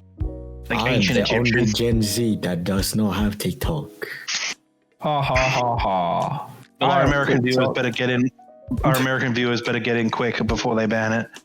But like, that's the thing. Like, study of ancient languages is really cool. Like hieroglyphs. Look, all of history is important. The thing is, there's a lot of academic snobbery in what branch of history you follow. Mm-hmm. And the military historians are regarded as trash. We're treated like trash because we're the lowly rock stars. We're only in it for the guns and the explosions and the cool guy shit. We're really shallow. We don't have an academic value as such. We're just simply lame barbaric boys who like reading about death. And then as I've said before on this podcast, I turn around to them and I say, okay, let's look at the fundamental changes in human history. What is one of the key aspects of every single major fundamental change in human civilization? War. And the answer to that is war. Every time. Rome had a lot of different factors to why it collapsed. But what is the primary reason that the Roman Empire collapsed? Gosh. They couldn't defend themselves. funny. Why would they need to defend themselves if military history is not important? They could just ask the Visigoths and the Vandals and all these people to just leave. That'll be fine, right? No. The organization of the legions, the battles the legions fought, the failure of the Roman state to arm and equip its soldiers, the de-Romanization of the Roman military and their forced reliance on auxiliaries and local conscription, which in turn resulted in factionalism, which in turn resulted in the empire splitting, etc., etc., etc. You know, there's all these different factors, and 99% of the time throughout human history, these great socioeconomic and political changes were brought about by one set of people wanting to murder and take the shit of the other set of people. And the study of how that process goes is quite possibly the most fundamentally important understanding of human history. Because when you talk about war, to talk about old Chinese man, who everybody knows, war is an effort which is no less than the survival of the state. All interest is done in the survival of the state. And the state, in this case, encompasses civilization, an entire society. No, so in the ancient world, you know, like, all I'm saying is there's a reason.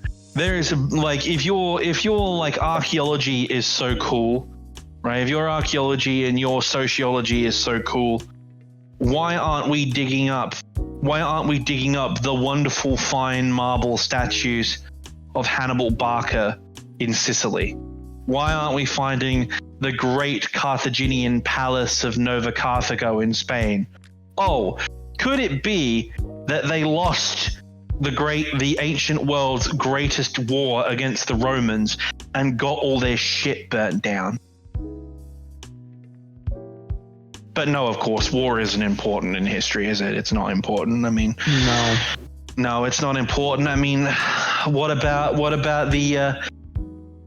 the ideas of the Hellenistic period and Alexander and all that sort of thing? I mean, shit. What if the 300 Spartans just didn't show up and just went home? You know what I mean? What if that didn't happen? Like, I mean, what if Greece was just a satrap of the Persian Empire after the Battle of Marathon? I mean, sure. I guess Alexander could have conquered Thrace as the great hero of the Persian Empire, the vassal state of Macedonia. I'm sure that'd be a perfectly, like, I mean, that's what would have happened, you know, that's what should happen. No, fuck off. Humanity's number one defining feature. There are two professions, the two oldest professions in human history. One, prostitution, because everyone likes to bang. Second oldest job, warrior, to go and beat the other guy over the head to take his woman to do the prostitution or his food or his cave. The two oldest jobs. Third, once they've developed farming, third is lord / emperor / king / capitalist oligarch. Same difference. The three oldest jobs. Everything else is developed off that. Money, power, and sex. Three things. Woman. Not me. Only money and power. No, but like, I want people in the comments to tell me I'm wrong, but like, I don't think I am. No, you're pretty right there. It's just like, wait, as in wrong about the whole money, sex, and power, or wrong about archaeology sucking balls? No, I as I said, I spent a lot of time defending archaeology. I think archaeology is excellent, but I think that the elitism against military historians is bullshit. And they all naval history. Just they tolerate that. Just so you do naval history. They'll our age of discovery. You know. Yeah, but then you're going to be surrounded by universally liberals, and you're going to get involved in a discussion about colonialism. And while your take on colonialism is fucking awful, at the same time, you'll get, dude. I have heard talking about the age of discovery, I have heard the worst takes in the entire world. So on the one hand, you'll get this girl from freaking the University of Minnesota who I spoke to once, who basically said to me that I was a racist because I called European civilizations more technologically advanced than other civilizations at the period, and my justification was their military capability, because I'm a military historian. And they said, "You're a racist. Hail everybody, we've got a racist over here." That was her exact words. What about the Malinese and their like gold trading empire? And like, what about the Aztecs and the Incas and their charting of the stars and the sky and their star charts and their calendar and how it's more accurate than ours is today? You can't just dismiss them. You can't just dismiss them. And my response to her was, I'm pretty sure the conquistadors were shaking in their boots when the Aztecs threw those star charts at them. I'm pretty sure they were terrified. This is my point. Like, and again, it circles back to my point. Yeah, you can.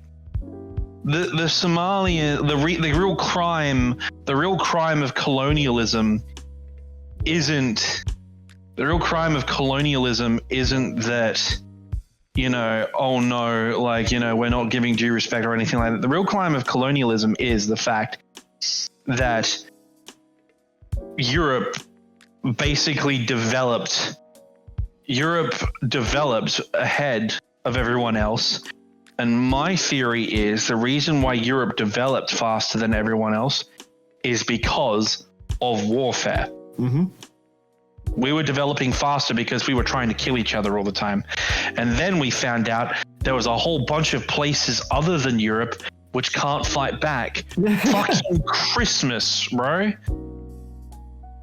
Unlike you, however, OC, I don't consider us the good guy. No, we were definitely 100% the bad guys.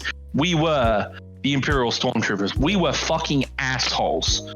This whole thing is a moral crime. Slavery was a crime. Colonialism was a crime. Imperialism was a crime. It shouldn't have happened. You didn't stop slavery for any moral grounds. You stopped slavery to fuck over the French. And also, the Egyptians did it first. Oh, the victim card. I mean, the blaming card. Whoa. No, actually, the thing is that the Romans used us as slaves, as well. No. There is one key distinction that you have to make here. The after effects of Roman slavery on England is minimal. There's, in fact, I would say none, right? We emancipated ourselves and then got slaughtered by the Anglo-Saxons, who we then started banging and integrated with, and then formed our own little enclaves in Wales, Ireland, and Scotland. And then we got further marginalized and murdered because the Danes, they live in a shithole in the frozen north. Sorry, Dojin, but Finland, while a beautiful country, isn't exactly the greatest place for 8 months of the year. So, murdering the English and taking their land was a better move, which they did.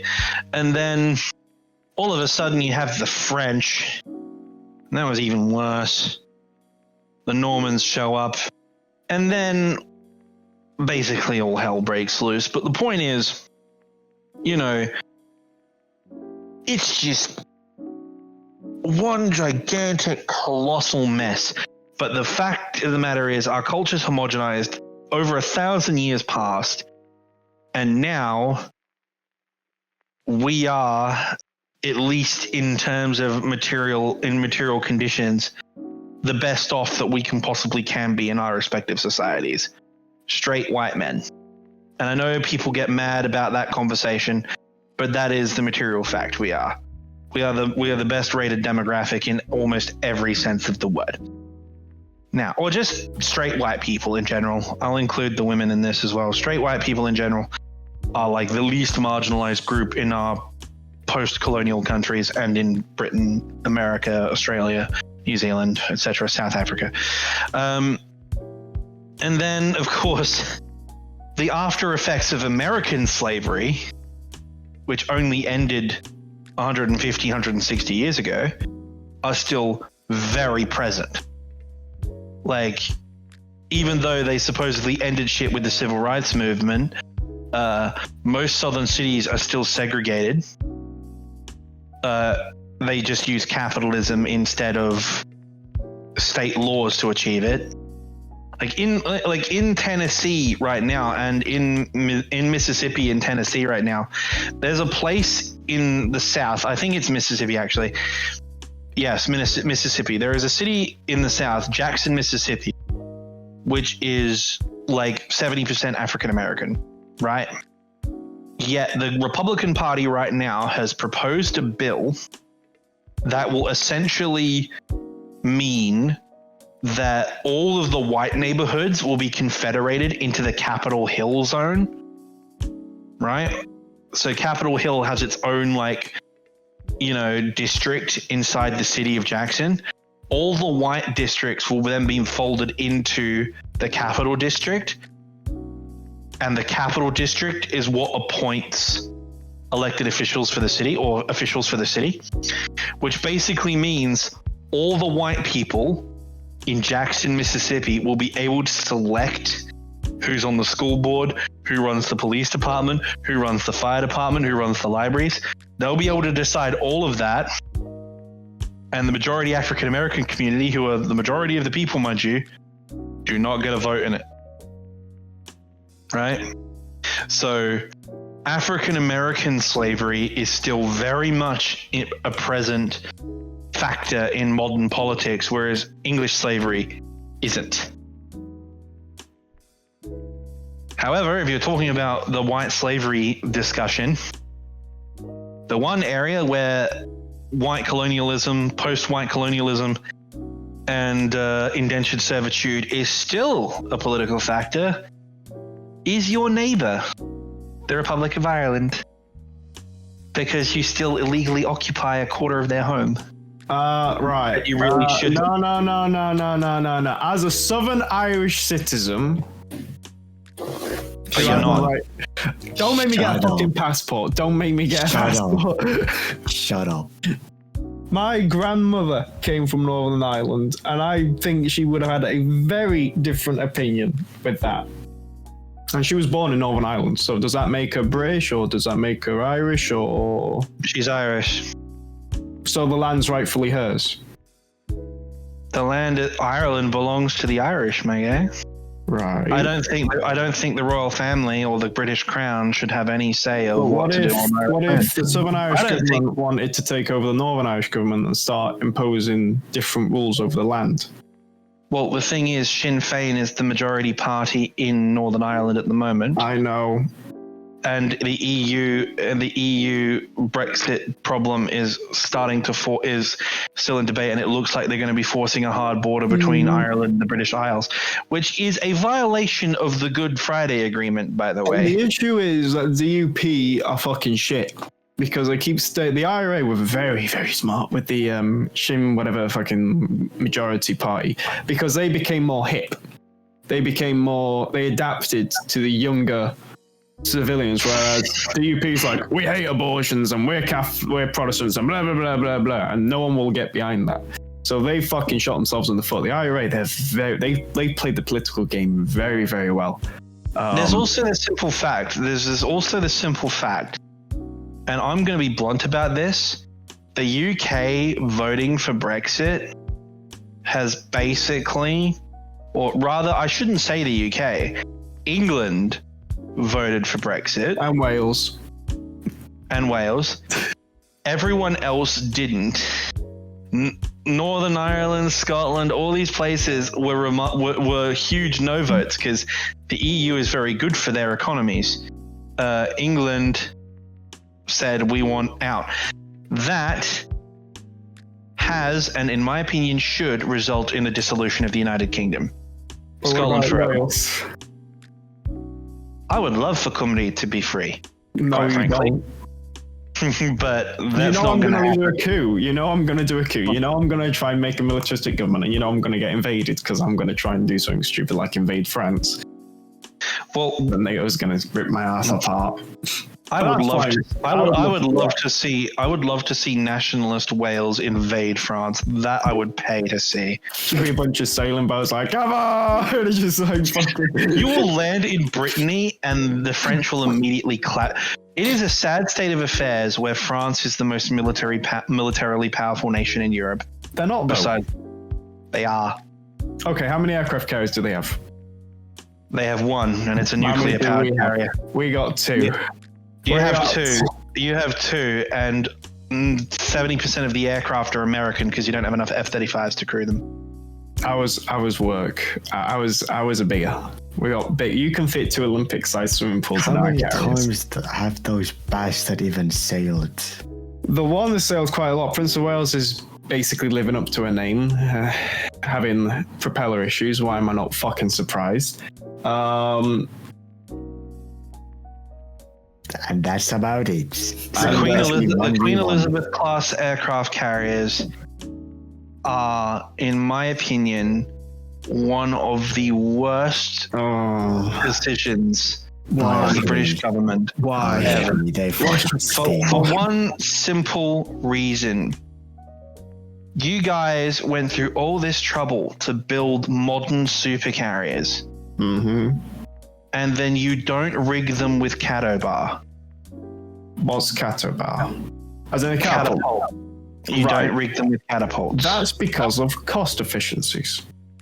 I don't care. Also, if you notice, we've got a 2-island design, so that means that the bridge and navigation can be done separate from the actual air crews, and that makes efficiency. That's fine, but there's one major issue here. The United Kingdom is not an international military power anymore.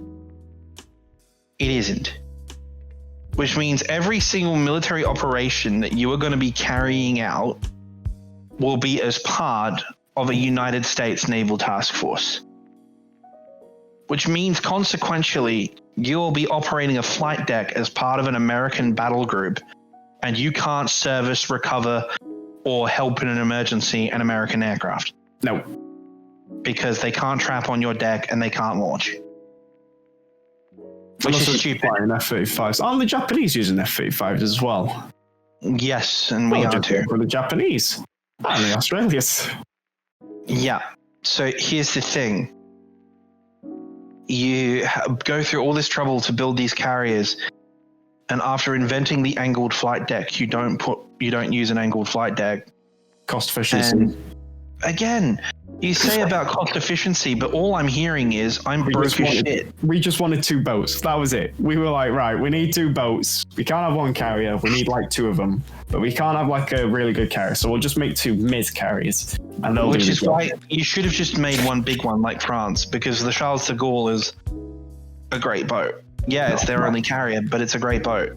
It's named after the worst French general ever. Look, I hate Charles de Gaulle as much as you do, and I agree, but at the same time, the boat itself is excellent. It operates Rafale 4.5 generation fighters.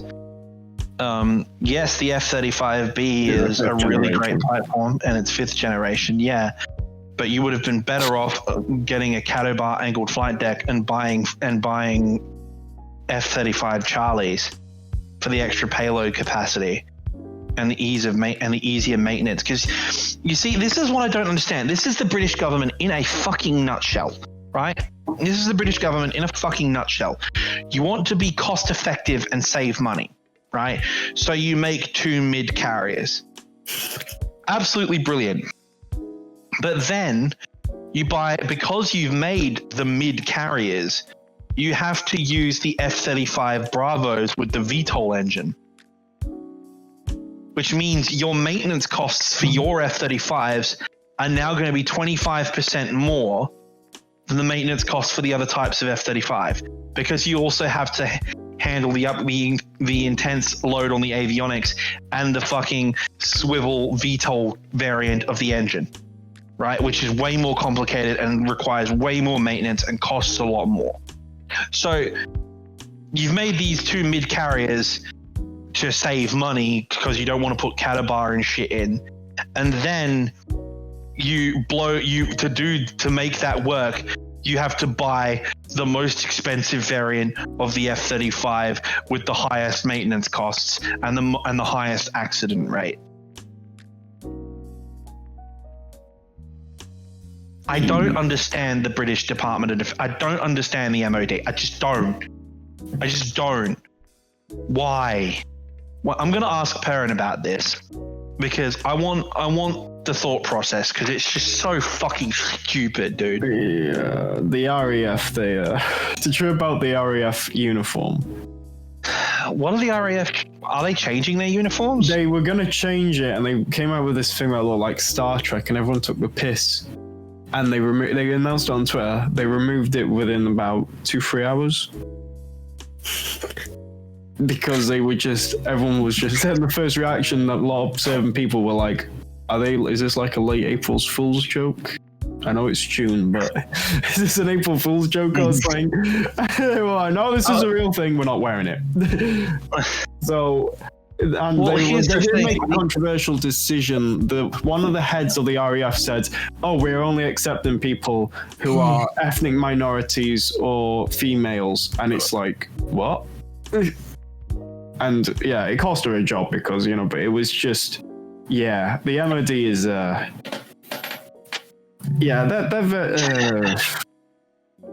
when you're shit, you're shit. When you're good, you're good. That's it. No, but the thing is, they haven't been. The state of Britain's armed forces is a national disgrace. You guys need to fix it. You guys just need to fix it. The issue is we can't because we don't have enough money. That's the issue. But the issue is the NHS. The NHS is one of the best things in the world, but one of the worst things. Because it's the best thing because it's free healthcare. The issue is it costs so much money and it's shit. The wait times are shit. You want to know why it's shit? Is because the fucking Tories have gutted the damn thing over the past. Tories and Blair, New Labour and the Tories have systematically murdered the NHS. Like back when it was introduced, like seriously, you look at NHS Scotland. NHS Scotland is fucking amazing.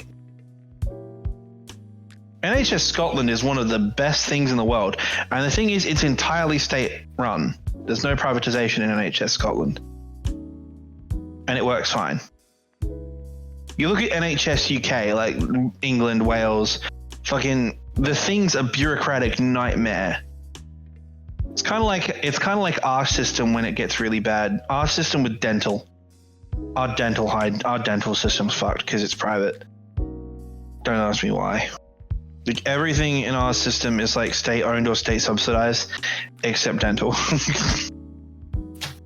Don't ask me.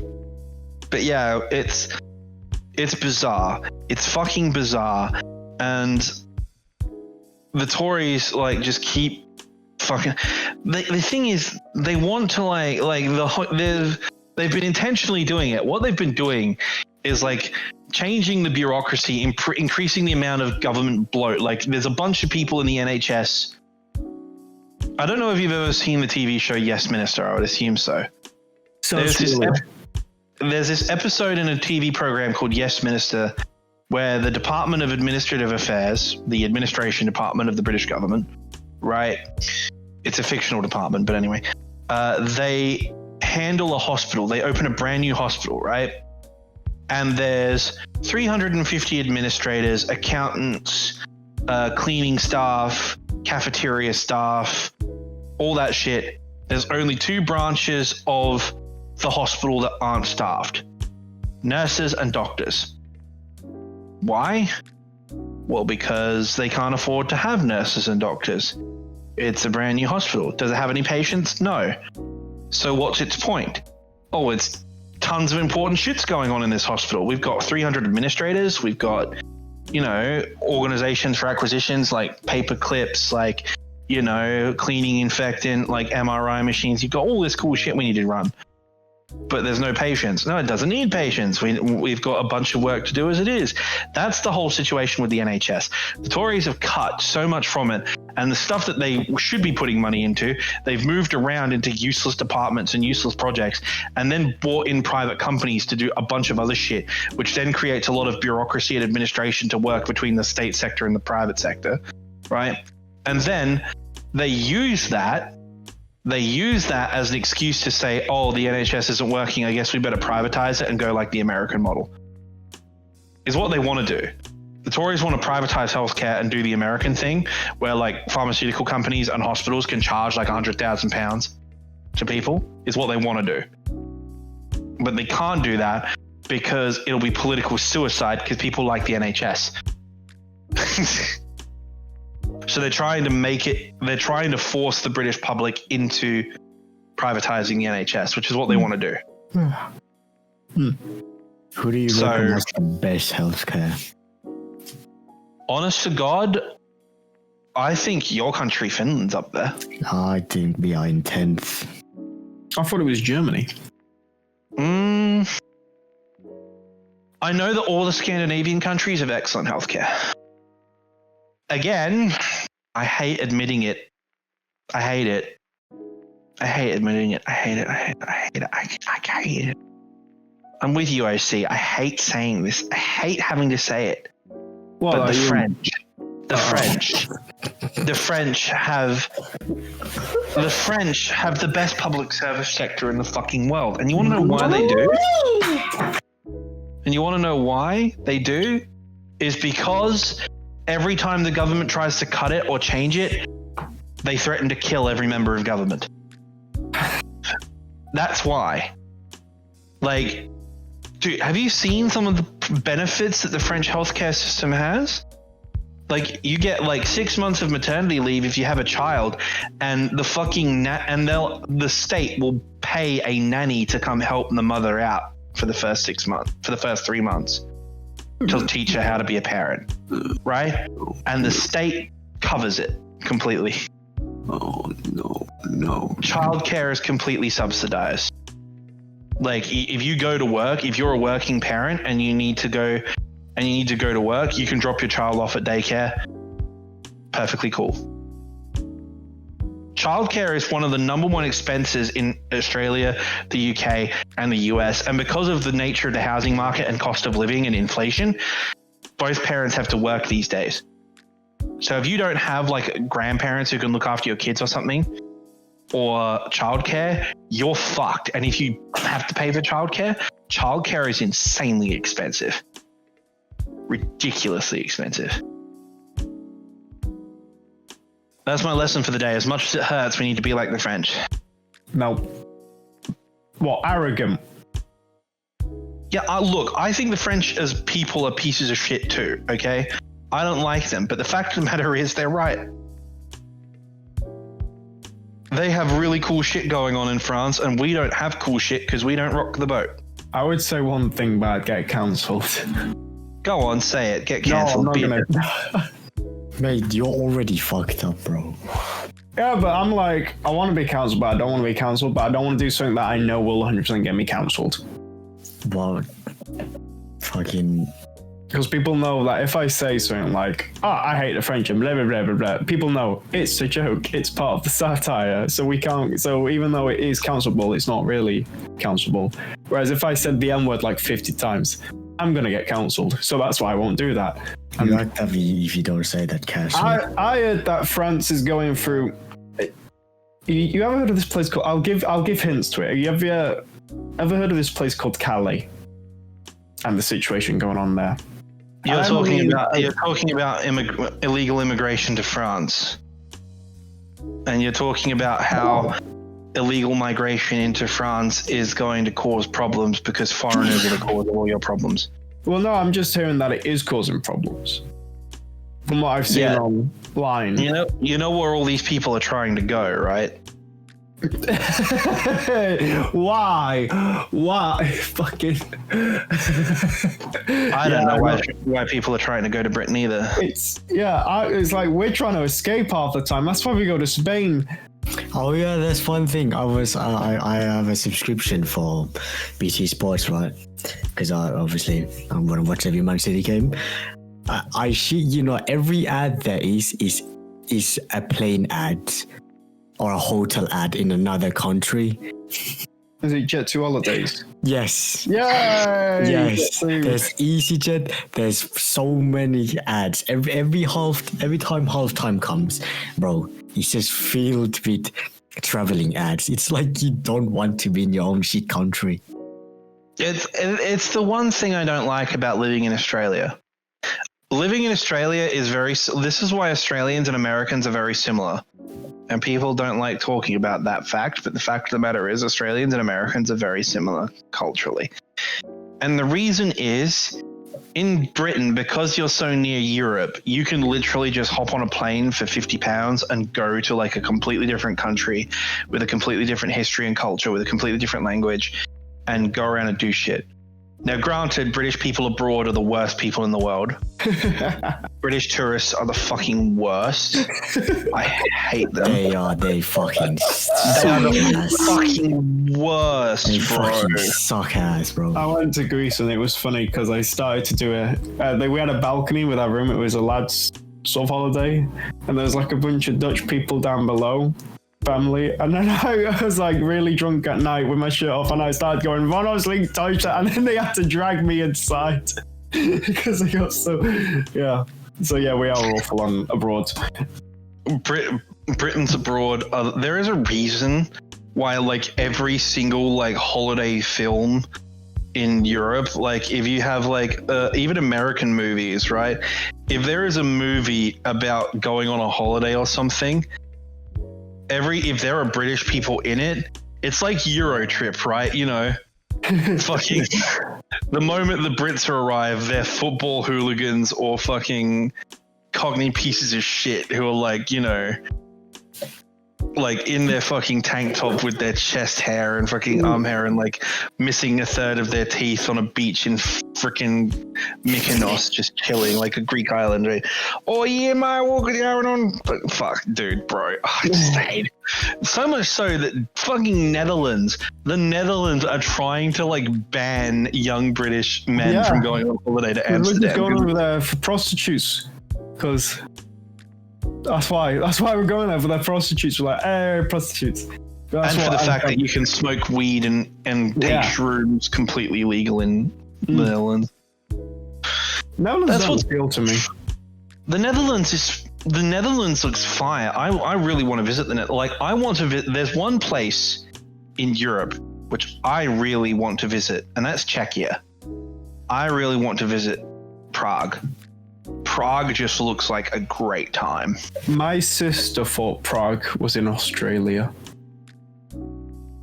That is one genius person. No, my sister's like really smart but really fucking dumb.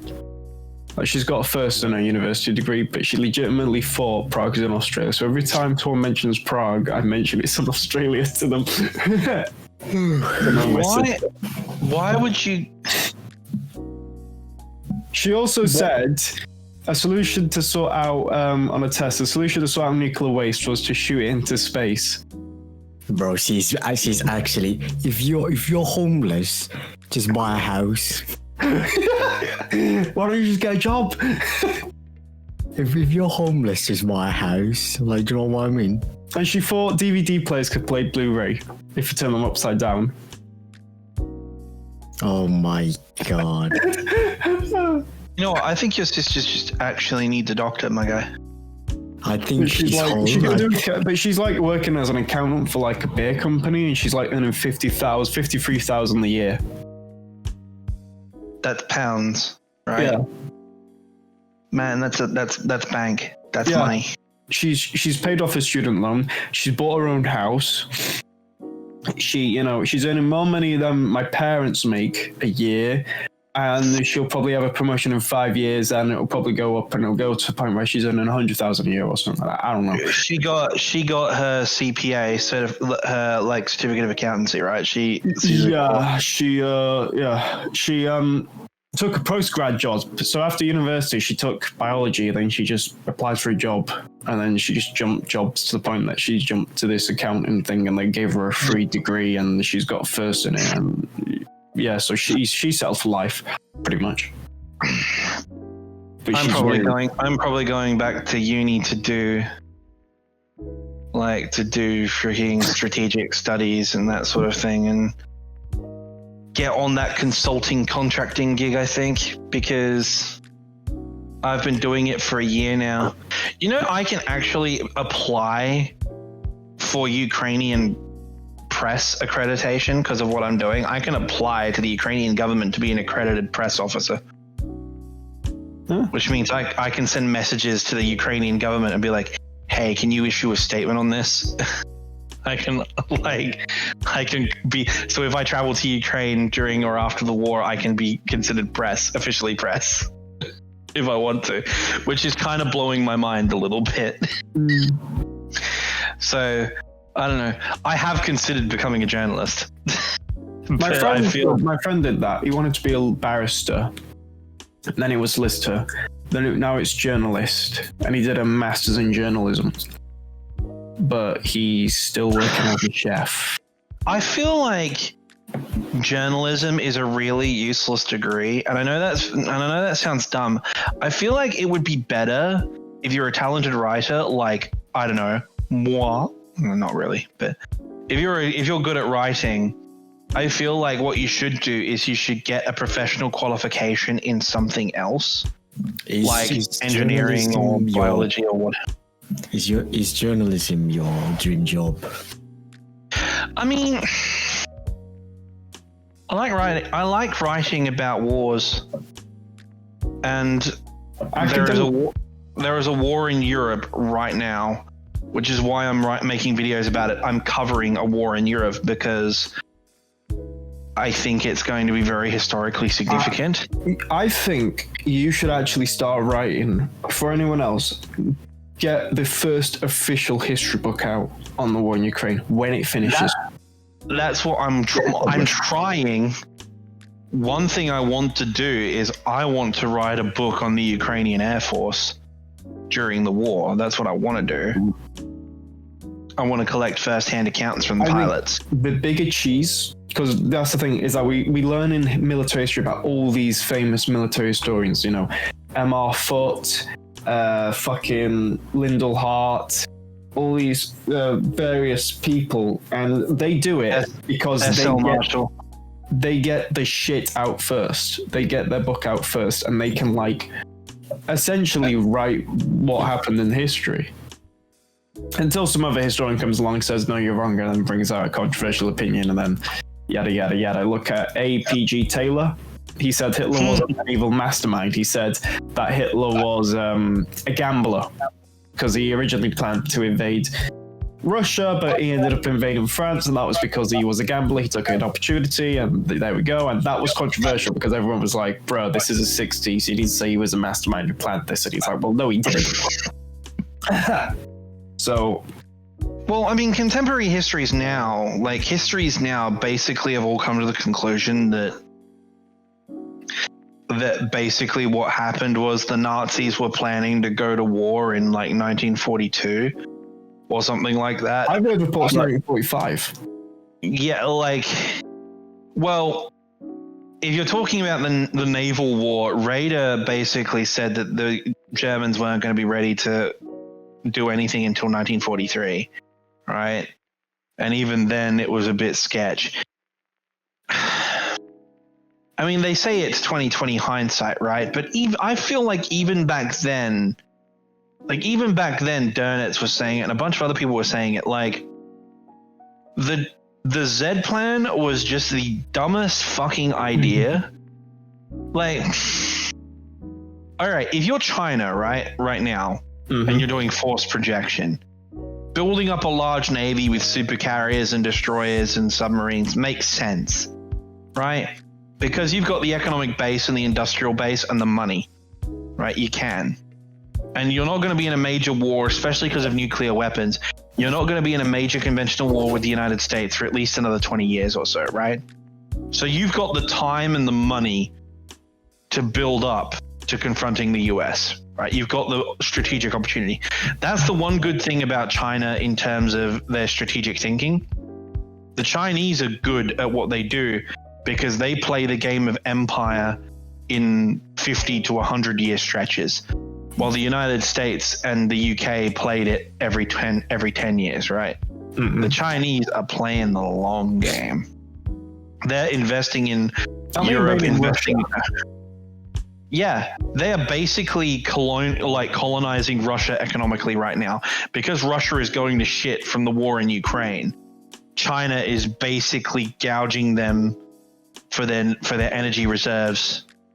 It's basically gouging them for their energy reserves in exchange for a cut rate, because Russia's been sanctioned into the ground, and so China's using that as leverage to get all of their goods at a discount rate and pawn off a lot of their weapons and ammunition back to them at inflated prices.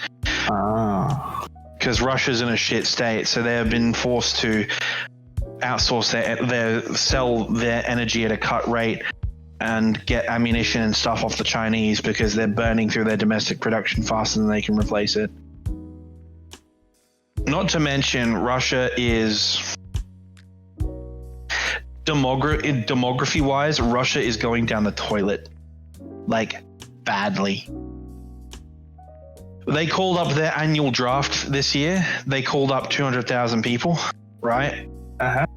And they draft 200,000 people every year as part of national service because they still do national service, right? Uh-huh. Thing is, as you know, when mobilization was called, like 2 million military-aged men just booked out of Russia. Just fucking left. All these military-aged men left the country. Like, straight up booked. So they've had to draw these conscripts and mobilized people from literally all corners and all age groups. They've just been, they're like on scraping the barrel Hearts of Iron style right now.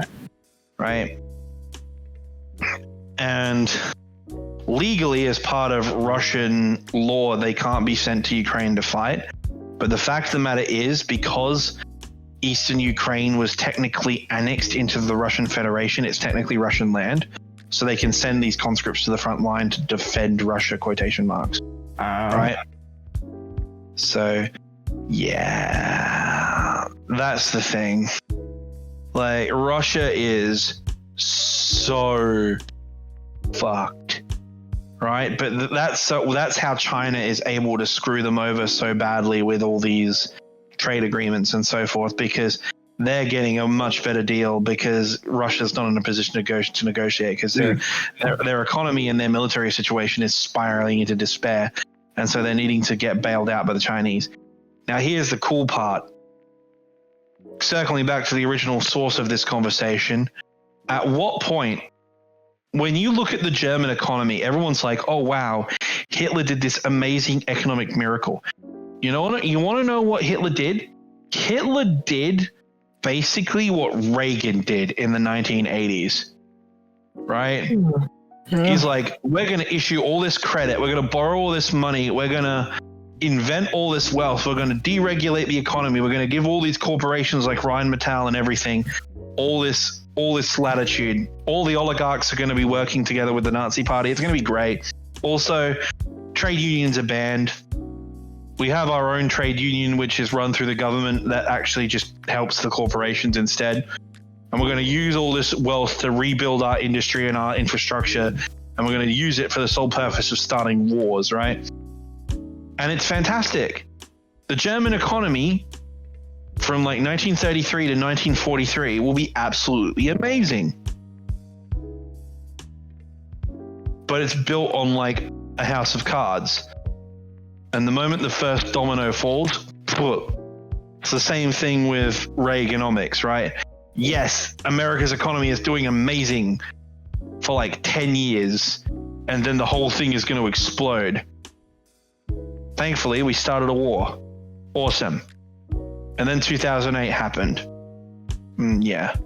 You guys are a bit young for that, but I remember that. I remember it, sort of, kind of.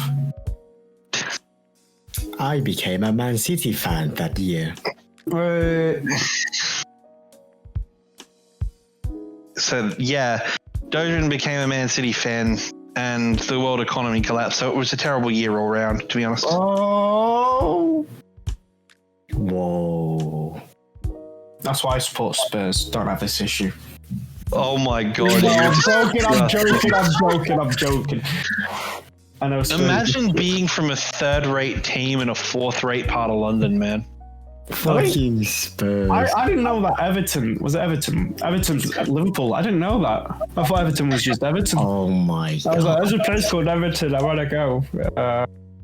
Everton's a great club. Everton's a fantastic club. Okay, Yeah, really they're the good. civilized one. Down you go. They're a great club. They're not as good as Liverpool, but they're a great club. You know who's a meme? Aston Villa. Aston Villa are a meme. How are they mean? They're doing good. I remember when Chelsea used to be good. Chelsea used to be the one dominated. Chelsea. I love this Chelsea downfall. Chelsea. I'm pretty sure that Doujin and I agree that Chelsea fans are the worst football fans in all of the UK. I want to say second.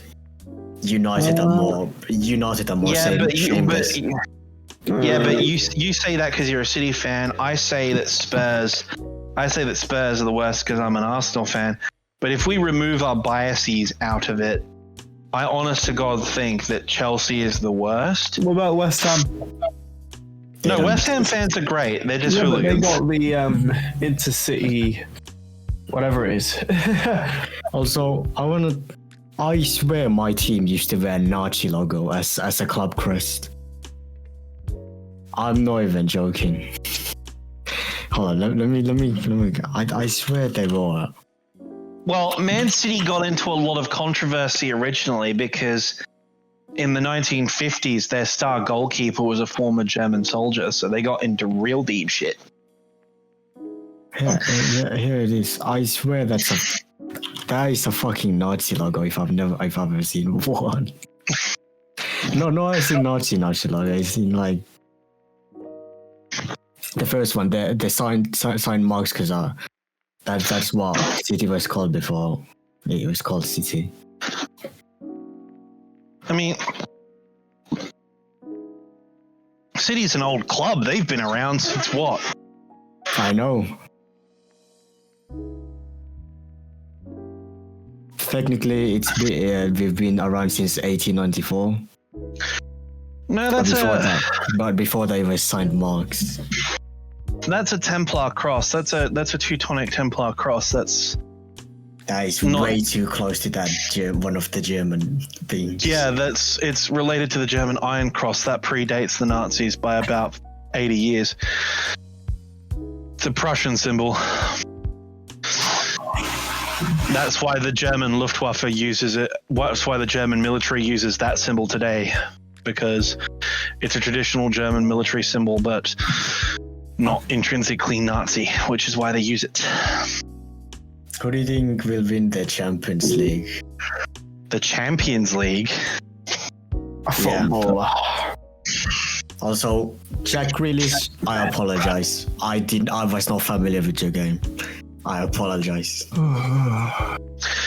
Who will win the Champions League? Who's in it right now? So the left side, there is basically 3 Italian clubs and 1 Portugal. The right side, Man City, Chelsea, Real Madrid, and I hate to be boring. But I reckon Bayern are probably going to do it, just because their squad this year is so freaking terrifying. Not until they fucking, because they're playing us. Dude, Bayern violated Barcelona. It wasn't even pretty, dude. What happened to Atleti? Can someone tell me what happened to Atleti? Bro, fucking hell. How do you go from winning the Liga? How do you go from winning the Liga a couple years back to like being bottom? Like, that's brutal, dude. I think it's because Luis Suarez, obviously they don't have an out-and-out striker anymore. They don't have old mate Antoine Griezmann. they do, but he's more of a number 8 nowadays, or number 10. I'm getting old because all of the star players that I'm familiar with are all in their 30s now. I don't know who all the young guns are. My generation of heroes is Messi and Ronaldo. And they're like getting up there now. Like, well, the thing is, my football idol changed. It used because I used to watch a lot of clips of Ronaldinho, right? Which is why I'm a showboater. But since I shifted back to like wing back, as much as I hate PSG, but I kind of look up to Hakimi, the Moroccan right back. you know what I'm really concerned about, especially after their World Cup performance? My boys of the Bundesfootball, the German football team, like the German leagues, like Bayern's doing really well, like, but think about their players right now. Germany really struggles at the moment. They kind of do. And I'm not sure how it's gonna go. I think we should wrap this podcast up now, man. I'm getting fucking exhausted. Yeah, I've got a dissertation meeting in like 12 minutes. All right. Well, that was the Admiralty podcast, boys. We had to do an episode just to tell people we're still alive. Yeah. For now. Yeah. Don't make me rim you, I swear to God. And anyways, thank you for watching episode 19 of the Animarchy podcast. It's been your boy, whoever my fucking name is, Animarchy and Incel OC Gangster. Sake. It's the Incel. Oh my God. Incel OC Gangster.